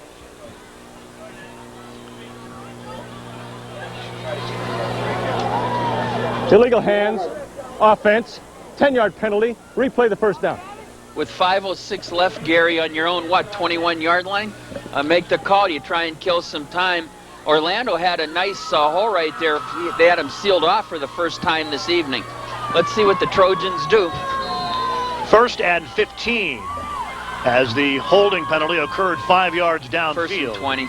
They just had it mismarked on the Back to scoreboard. throw is Caldwell. Under pressure, They've got him. A huge loss and a sack. Back at the 20-yard line. Caldwell is sacked. And let's take a look at it again. I'm not sure either with these sack or Larson. With these dirty jerseys, who got it? Right here, Caldwell on 1st and 20 goes back. Here comes the Rambler defender, sack like a bullet, Gary, makes the hit. But now the Trojans at 2nd and, wow. 2nd and the next zip 24, code. yeah. There we bring the next zip code out again. You want to look draw play here, I'll tell you. 2nd down, 24. Straight ahead give, and only about a game of 3 yards. Orlando made the tackle, or rather ran the football, and was tackled after a gain of 4 or 5 yards. And at the 4:10 mark here of the 4th quarter. That's what I was talking about, Gary. First of all, a 10-yard penalty is a killer on a night like this. Second, you throw the ball, you get the loss. Now you're deep in your own territory late in the game in a scoreless ball game. Down under 4 minutes to play. 3rd and a bunch. And a bunch it is on weather like this. 3rd and about 20. It's 3rd and about 40. If you put the rain factor in. Palmer on a little inside scissors play. Gets a nice gain out of it, but he'll be about 15 yards short of the 1st down. Ed Serafini making the stop, number 30 through, tripping up Palmer. But with 3.5 minutes to play now, a big punt coming up for Jeff Heil and the McDowell Trojans. As Ramon Ellis and Justin Lustig go back near midfield to receive the punt. And McDowell will punt it away to the Cathedral Prep with about 3 minutes left on the clock. The punt, they're just going to let it bounce. And it doesn't go very far in this mud. It is down, as you see, at the 43-yard line with 3:06 remaining in the football game. But still, Gary, that's a nice job. Our sideline camera is provided by Brown Equipment, Westlaw Road in Northeast. For all of your lawn and garden equipment, nothing runs like a deer. Here we are up in the booth. Wait, let's, where's the paper towel? Yeah, we're somewhere. Here we are, right here. There we go. One of the windows, that's the window in front of Tim Merritt. Yeah, let the record show Gary has an open window. All right, here comes Justin Lustig trying to turn the corner. Nice cutback, 45-50, keeps his feet and gets down to the 48-yard line. But Justin Lustig with a nice move on this wet field, and as we turn to 2:42 and counting, Prep has a 2nd down and close to 1st down yardage. Referee has stopped the clock momentarily. Eric Faulkner made the stop. Look at Lustig. That's determination. I'll tell you what. I don't know who made the touchdown-saving tackle, but it was close. 2nd down and 2. 2.5 minutes to play. Ramblers trying to put a final drive together here. As Staub goes straight ahead and appears to bull his way to the 45, which would be the necessary yardage for a 1st down. Gary, how about Justin Lustig tonight? Gotten out 28 carries, 108 yards. Wow. That's a huge effort. He obviously is a candidate for our Prep player of the game. Tom Palmer with the block punt and the great defensive effort, a candidate for player of the game from the McDowell side. Montevecchio on the offensive line, the center, Spry the punter. 1st and 10, 45-yard line, 1:54 left. George to Lustig. Lustig trying to find a hole, powers his way forward, gets a couple to the 43. And one thing you've mentioned, Jim Lekorchik, and that is that Cathedral Prep has never been very good at clock management in the latter part of either the half or the game. Yeah, 1:34 right now, and they need about 20 yards, Gary, to have a shot at a field goal. They really got to get it down to about the 15. 2nd down and 8. Running won't do it. 1:20 remaining. Here's Lustig. Almost got a hole off the left side, but Joe Magorian makes a great tackle, wrapping his arms around the knees of Lustig and dropping him to the ground at the 41-yard line. Called it 3rd and 7. I don't see too many 58-yard field goals in the offing this evening. We might be headed for overtime. Remember, this is a scoreless ball game. We're under a minute to play, and overtime looms unless the Ramblers can do something in the last minute of play. Might want to look draw play maybe here. End around to Serafini. They've got this one smelled out. Serafini breaks one tackle, breaks another, and then finally puts his head down and is downed at the 40-yard line. And so it'll be 4th down and 6. Chuck Pizarro finally drops Serafini on the end around play. Yeah, you got to throw deep, Gary, 4th down. 26 seconds remaining in the regulation. Remember, we've got overtime coming up. And I think McDowell has one of the premier place kickers in the country. Sophomore Absolutely. Jeff Heil. And he's only a sophomore. 15 seconds remaining in regulation. This might be the last play of regulation. Lustig trying to throw. Heaves it downfield. Intercepted by Laban Marsh. Marsh will be driven to the ground at the 35-yard line with 4 seconds left in regulation. So they went on the quarterback, or the halfback throw, and Ed Serafini was the intended receiver, but Laban Marsh, number 22, the game-saving interception. And that more or less seals this game as far as going into overtime. Believe it or not, I think Serafini was behind everybody, Gary, but Lustig's foot went out from under him, but you can see Serafini was behind him. That is the end of the football game. The final seconds have ticked off. We're headed into overtime. We'll be back in just a moment. Stay with us.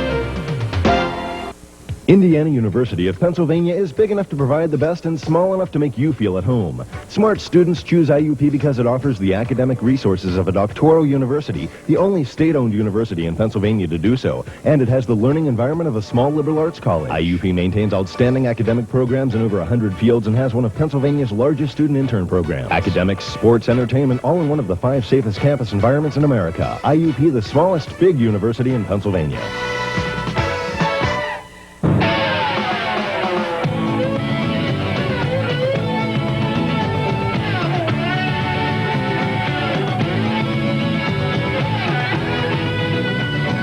What makes the New Holland Super Boom so tough? Everything. See your New Holland dealer today and put the toughest skid steer loader on the market to work for you. Cafferland Sales and Service, your New Holland dealer, Route 97, Union City.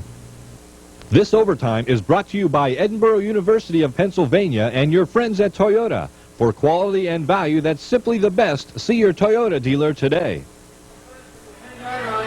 Gary Drapcho with Jim Lekorchik. Here's the overtime situation, Jim. They will flip the coin to see which team gets the ball first. That team will then have 4 downs from the 10-yard line to do something with it, whether they elect to kick the field goal or try to put it in the end zone on 4th down. The other team, Team B, whichever team loses the flip, will then have a chance to either win the game or match whatever Team A did. And they'll keep going until they decide a winner. I would imagine you'd want to be on defense first, put the pressure on the other team.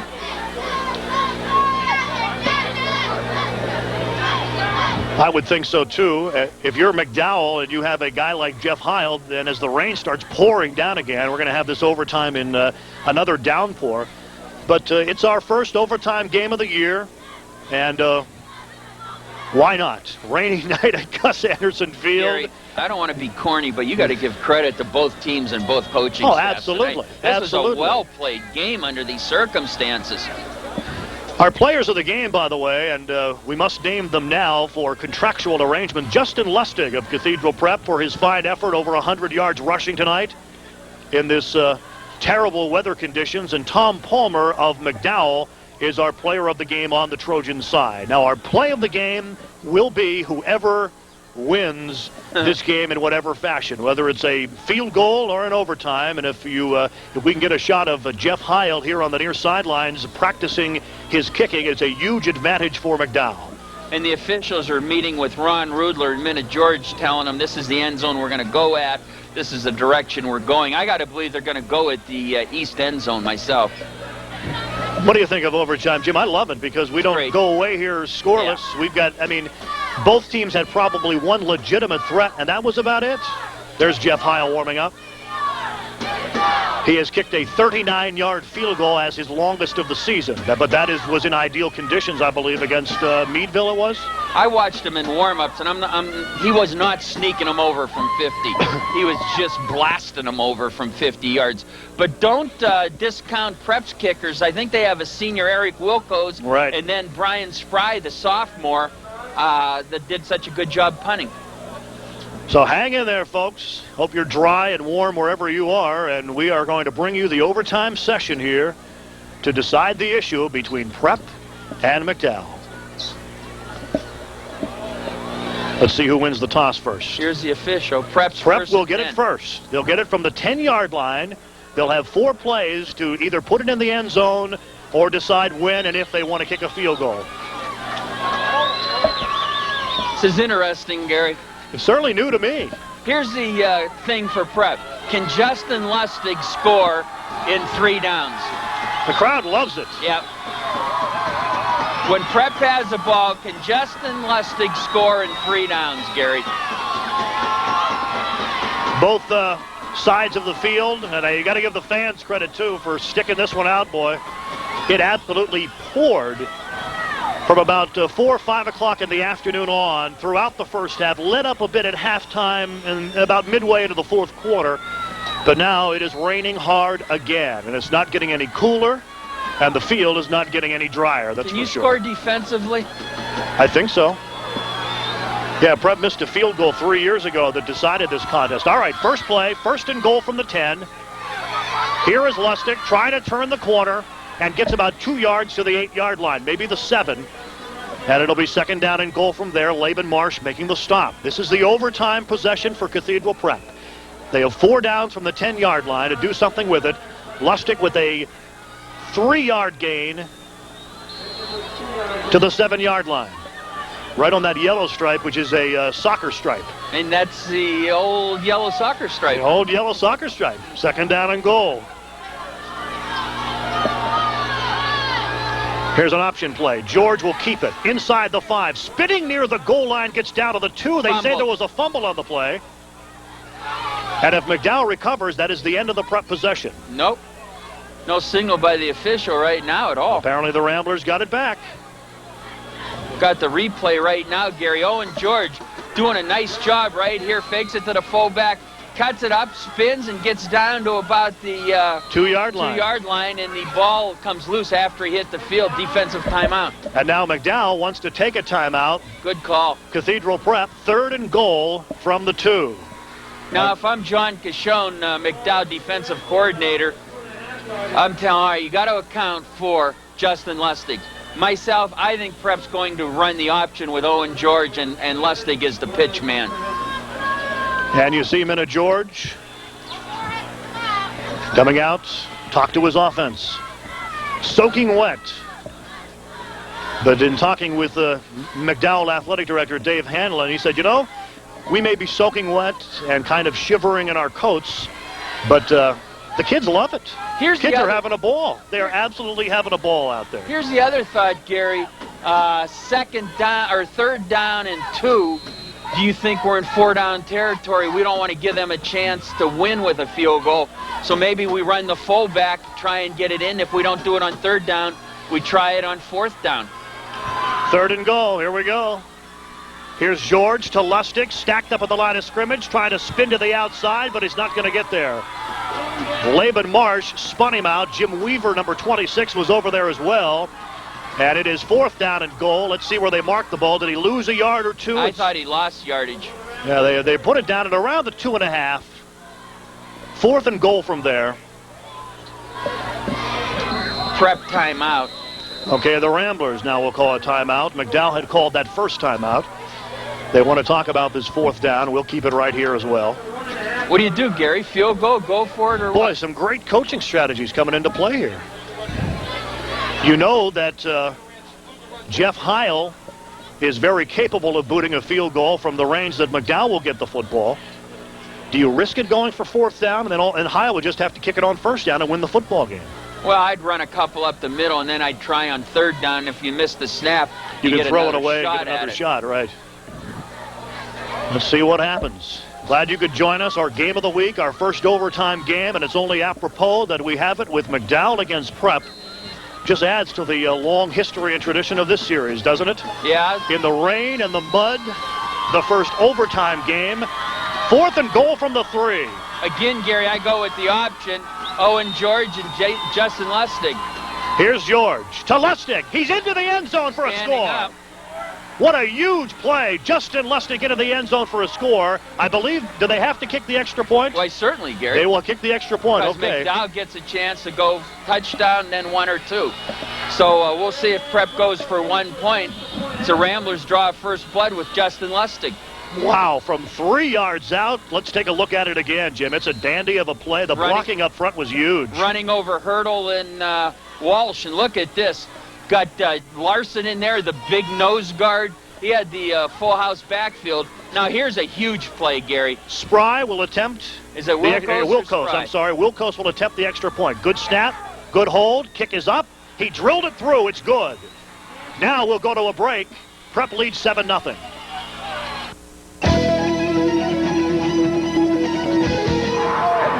University of Pennsylvania.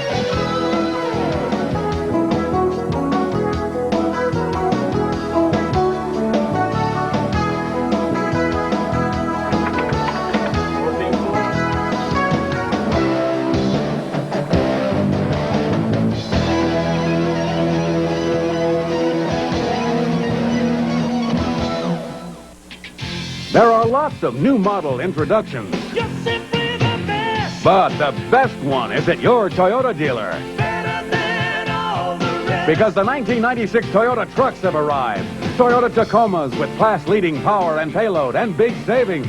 Or lease now and save with Toyota's special introductory offer. Save on Toyota's big T100. Now's the time to get a new Toyota truck because it's not just any introduction, it's the best one. At your Toyota dealer now.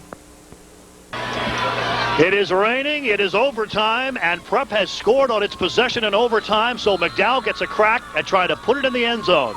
Gary, then do they go for 1 and tie it up and send it into a second possession, or do they go for 2 to win it? I throw the ball to Brad Orlando at about the 5-yard line, let him try and run it in. Caldwell takes the snap. Play action fake.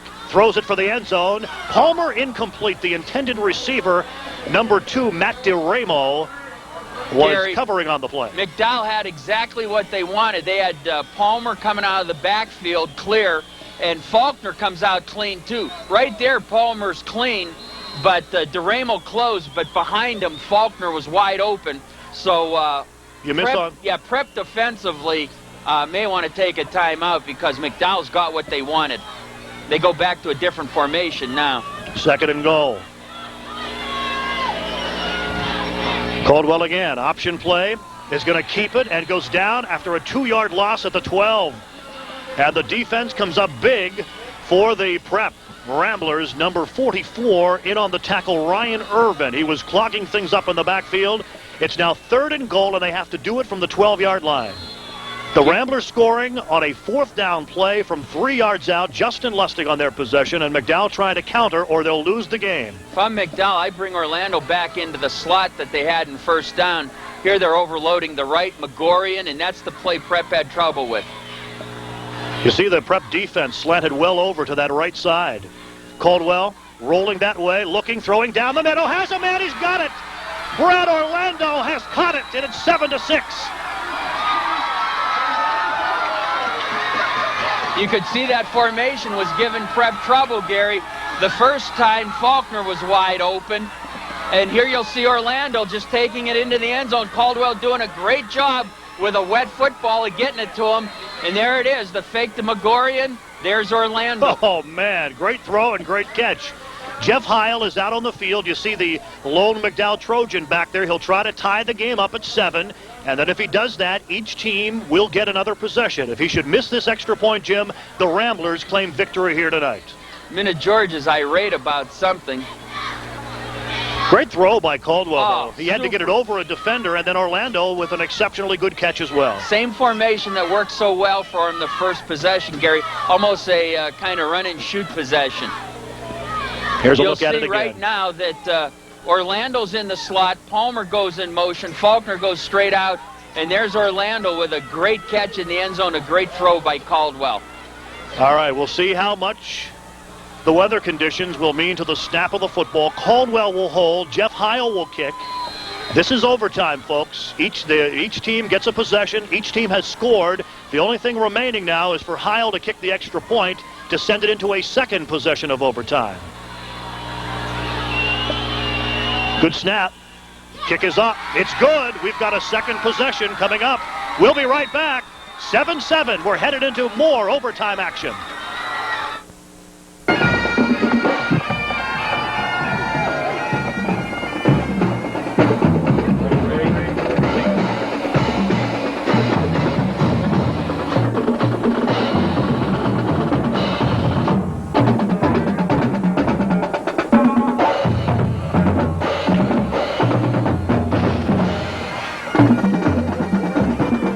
Edinburgh, University of Pennsylvania.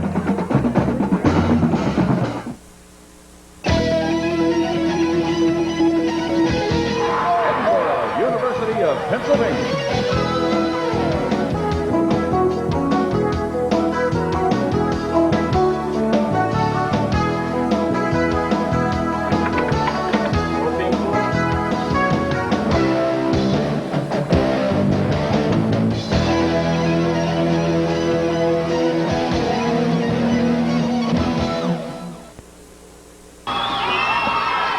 Gary Drapcho with Jim Lekorchik. It is overtime. It ended 0-0 regulation. Both teams on their first possession of overtime score. Justin Lustig, a 3-yard run for Prep. Orlando catching a Brian Caldwell pass from 12 yards out. Both teams added the extra point, and so we're 7-7 and headed for a second possession. They will reflip here, and McDowell says they want the football first, apparently. Wow, gotta love this overtime, Gary. They will also, I believe, switch ends of the field, too. I think we'll go from the east end of Gus Anderson here and go to the west end of Gus Anderson, just to accommodate for any perhaps wind conditions or playing field conditions, whatever, so as to not favor one team or another. And so we'll march it to the west end of the field, and McDowell will get the football first this time. Prep had the football on their first possession in overtime. 4 plays from the 10. They had a 4th down at the 3.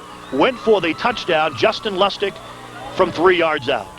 McDowell threw an incomplete pass, and Caldwell a 2-yard loss. And then on 3rd down, Caldwell from 12 yards out hit Brad Orlando. Heil added the extra point to tie it up at 7. And remember, we will not leave here without deciding the issue. All right, the Trojans came out their first possession in overtime throwing the ball, Gary. We're going to throw on 2nd down, threw on 3rd down for the touchdown. We'll see what their offensive philosophy is here. Now they're going to the I formation. Brian Caldwell, the quarterback. Megorian and Orlando in that I formation. Here is Orlando. Plowing forward, getting forward, moving forward, inside the 5, getting to the 3. And it will be 2nd down and goal at about the 3-yard line. Now is a great surge by the Trojan offensive line, Gary. A great surge, and Orlando taking it right up and fighting for an extra 3 yards, Gary. I stick with Orlando on this play. Left tackle, nothing fancy. Ed Serafini made the stop on that last play. Here we go, 2nd and goal from the 2. If I was Prep, I'd just blitz at Orlando. Orlando trying to dive in. Did he get there? No signal from the referee yet. No, 3rd down. Yes, oh, yeah. There it is. Orlando from 2 yards out scoring. On 2nd and goal, Brad Orlando, who had never played in his career against Cathedral Prep in his days at Vincent, scores. 2 plays. There's Orlando fighting his way into the end zone. The official digging him out. Says he got across the goal line. Said there he is. All right, so Heil now will be on to attempt that all-important extra point again. Out of the hands of Brian Caldwell. The sophomore kicker trying to put McDowell up by 7. Perfect snap. Kick. Good. 14-7. We'll see what Prep can do when we come back.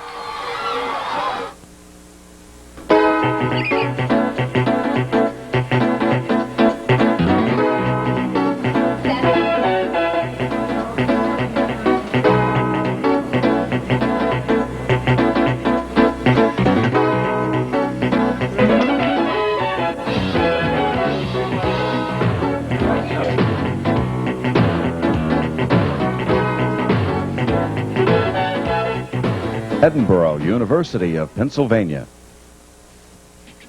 There are lots of new model introductions. You're simply the best. But the best one is at your Toyota dealer. Better than all the rest. Because the 1996 Toyota trucks have arrived. Toyota Tacomas with class-leading power and payload and big savings. Or lease now and save with Toyota's special introductory offer. Save on Toyota. Here is first down for Cathedral Prep. They pitch it back to Lustig, and McDowell has him for a 2-yard loss. And it's second down and goal for the Ramblers. Here's the situation. McDowell has scored on their second possession of overtime to take a 14-7 lead. And now the Ramblers, who call a timeout now, must score on this possession and kick the extra point to keep this game going. Yeah, that's a danger running wide, Gary, if it's not there. And it just wasn't there. Great defensive effort by the Trojans. Now, if you're Prep, you got to think pass. And if you're thinking pass, if I'm McDowell, I'm thinking blitz. The ball was back at the 12-yard line, so it'll be second down and goal. The game ended 0-0 in regulation. We might as well have started this at 8 o'clock this way. It would have been, could have saved us about 2 hours of football.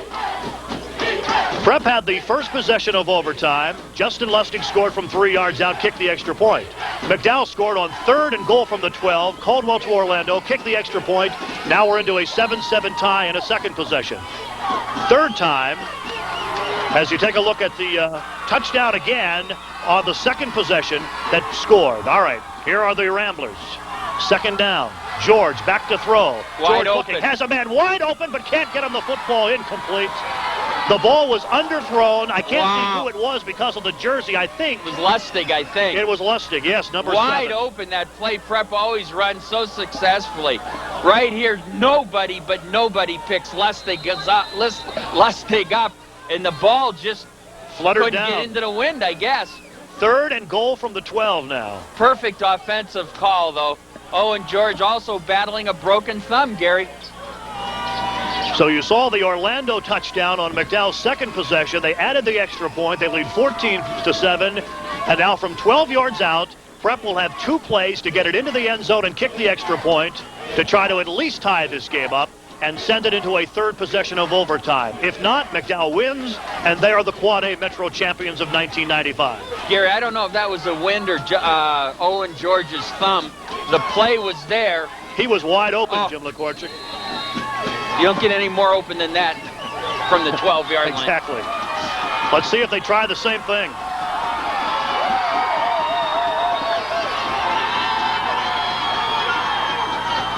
George back to throw for the end zone. In and out of the hands of Ed Serafini. He was wide open too. Ed Serafini just could not hold on. Minute George with 2 perfect calls. Owen George delivers the ball right to Ed Serafini, and I'm telling you what, it couldn't have been placed any better at all. George doing a great job. There's Serafini. Ball falls right out of his hands. Fourth down at the 12-yard line. The Ramblers holding hands in the offensive huddle. They must put the ball in the end zone on this play. If not, you'll see pandemonium here at McDowell. George to throw. Under pressure. Throws. That's it. McDowell wins it.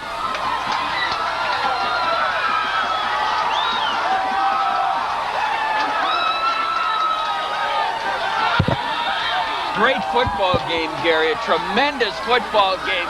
Double overtime. McDowell wins 14-7. The Ramblers with 2 chances on second down. A wide open Justin Lustig. They couldn't get the ball to him. And then on third down, Ed Serafini wide open the end zone. Can't handle it. As I said, you got to give credit to both teams, both coaching staffs. Here's Owen George buying time.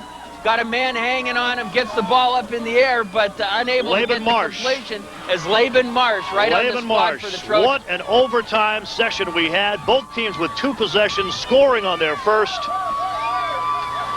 McDowell scoring on their second, and then holding off.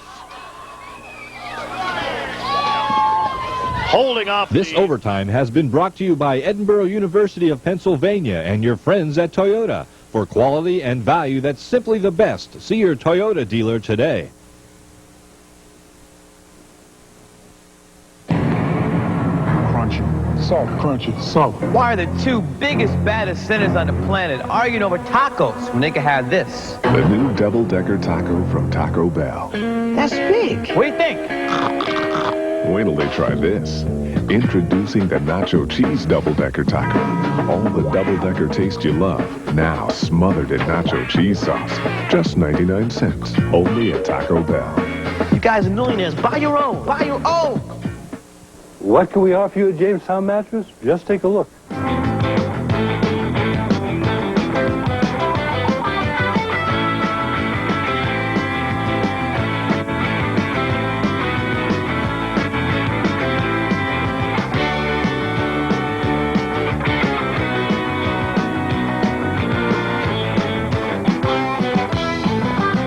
Any questions?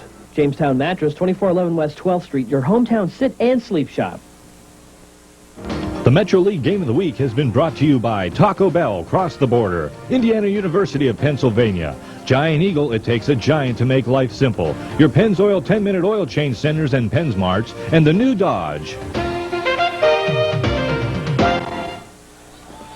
This is our Pennzoil play of the game, Jim. It is the touchdown by Brad Orlando that won it for McDowell. Excellent, excellent football game, Gary. Like high school playoff tension, well-played game under the circumstances. Complete credit to both coaching staffs, both teams. Nothing to be ashamed of in this game. Each team coming up with big plays all night, and at the end it was the Trojans winning 14-7 in double overtime. Here's the fourth down play, Jim, that went awry for Prep that gave McDowell the win. Owen George just trying to make a play, did the right thing, got it off into the end zone, which he had to do. And it stopped raining here at Gus Anderson Field as everybody's leaving. As McDowell celebrates a win, it stopped raining. It ended 0-0 in regulation. McDowell and Prep both scored on their first possession of overtime. Second possession, McDowell scores and then holds off Prep. And so where do we go from here? McDowell is in as the Quad A Metro champ, but what is going to happen out of the Quad A District 10 bracket? Well, there's no doubt the second best team in District 10 is either Prep or Central. Now, they have to play next week, and I say the winner of that game should also be in the playoffs. Forget Meadville, forget Warren, forget Franklin. It's McDowell, and then it's a dogfight between Prep and Central for the second spot.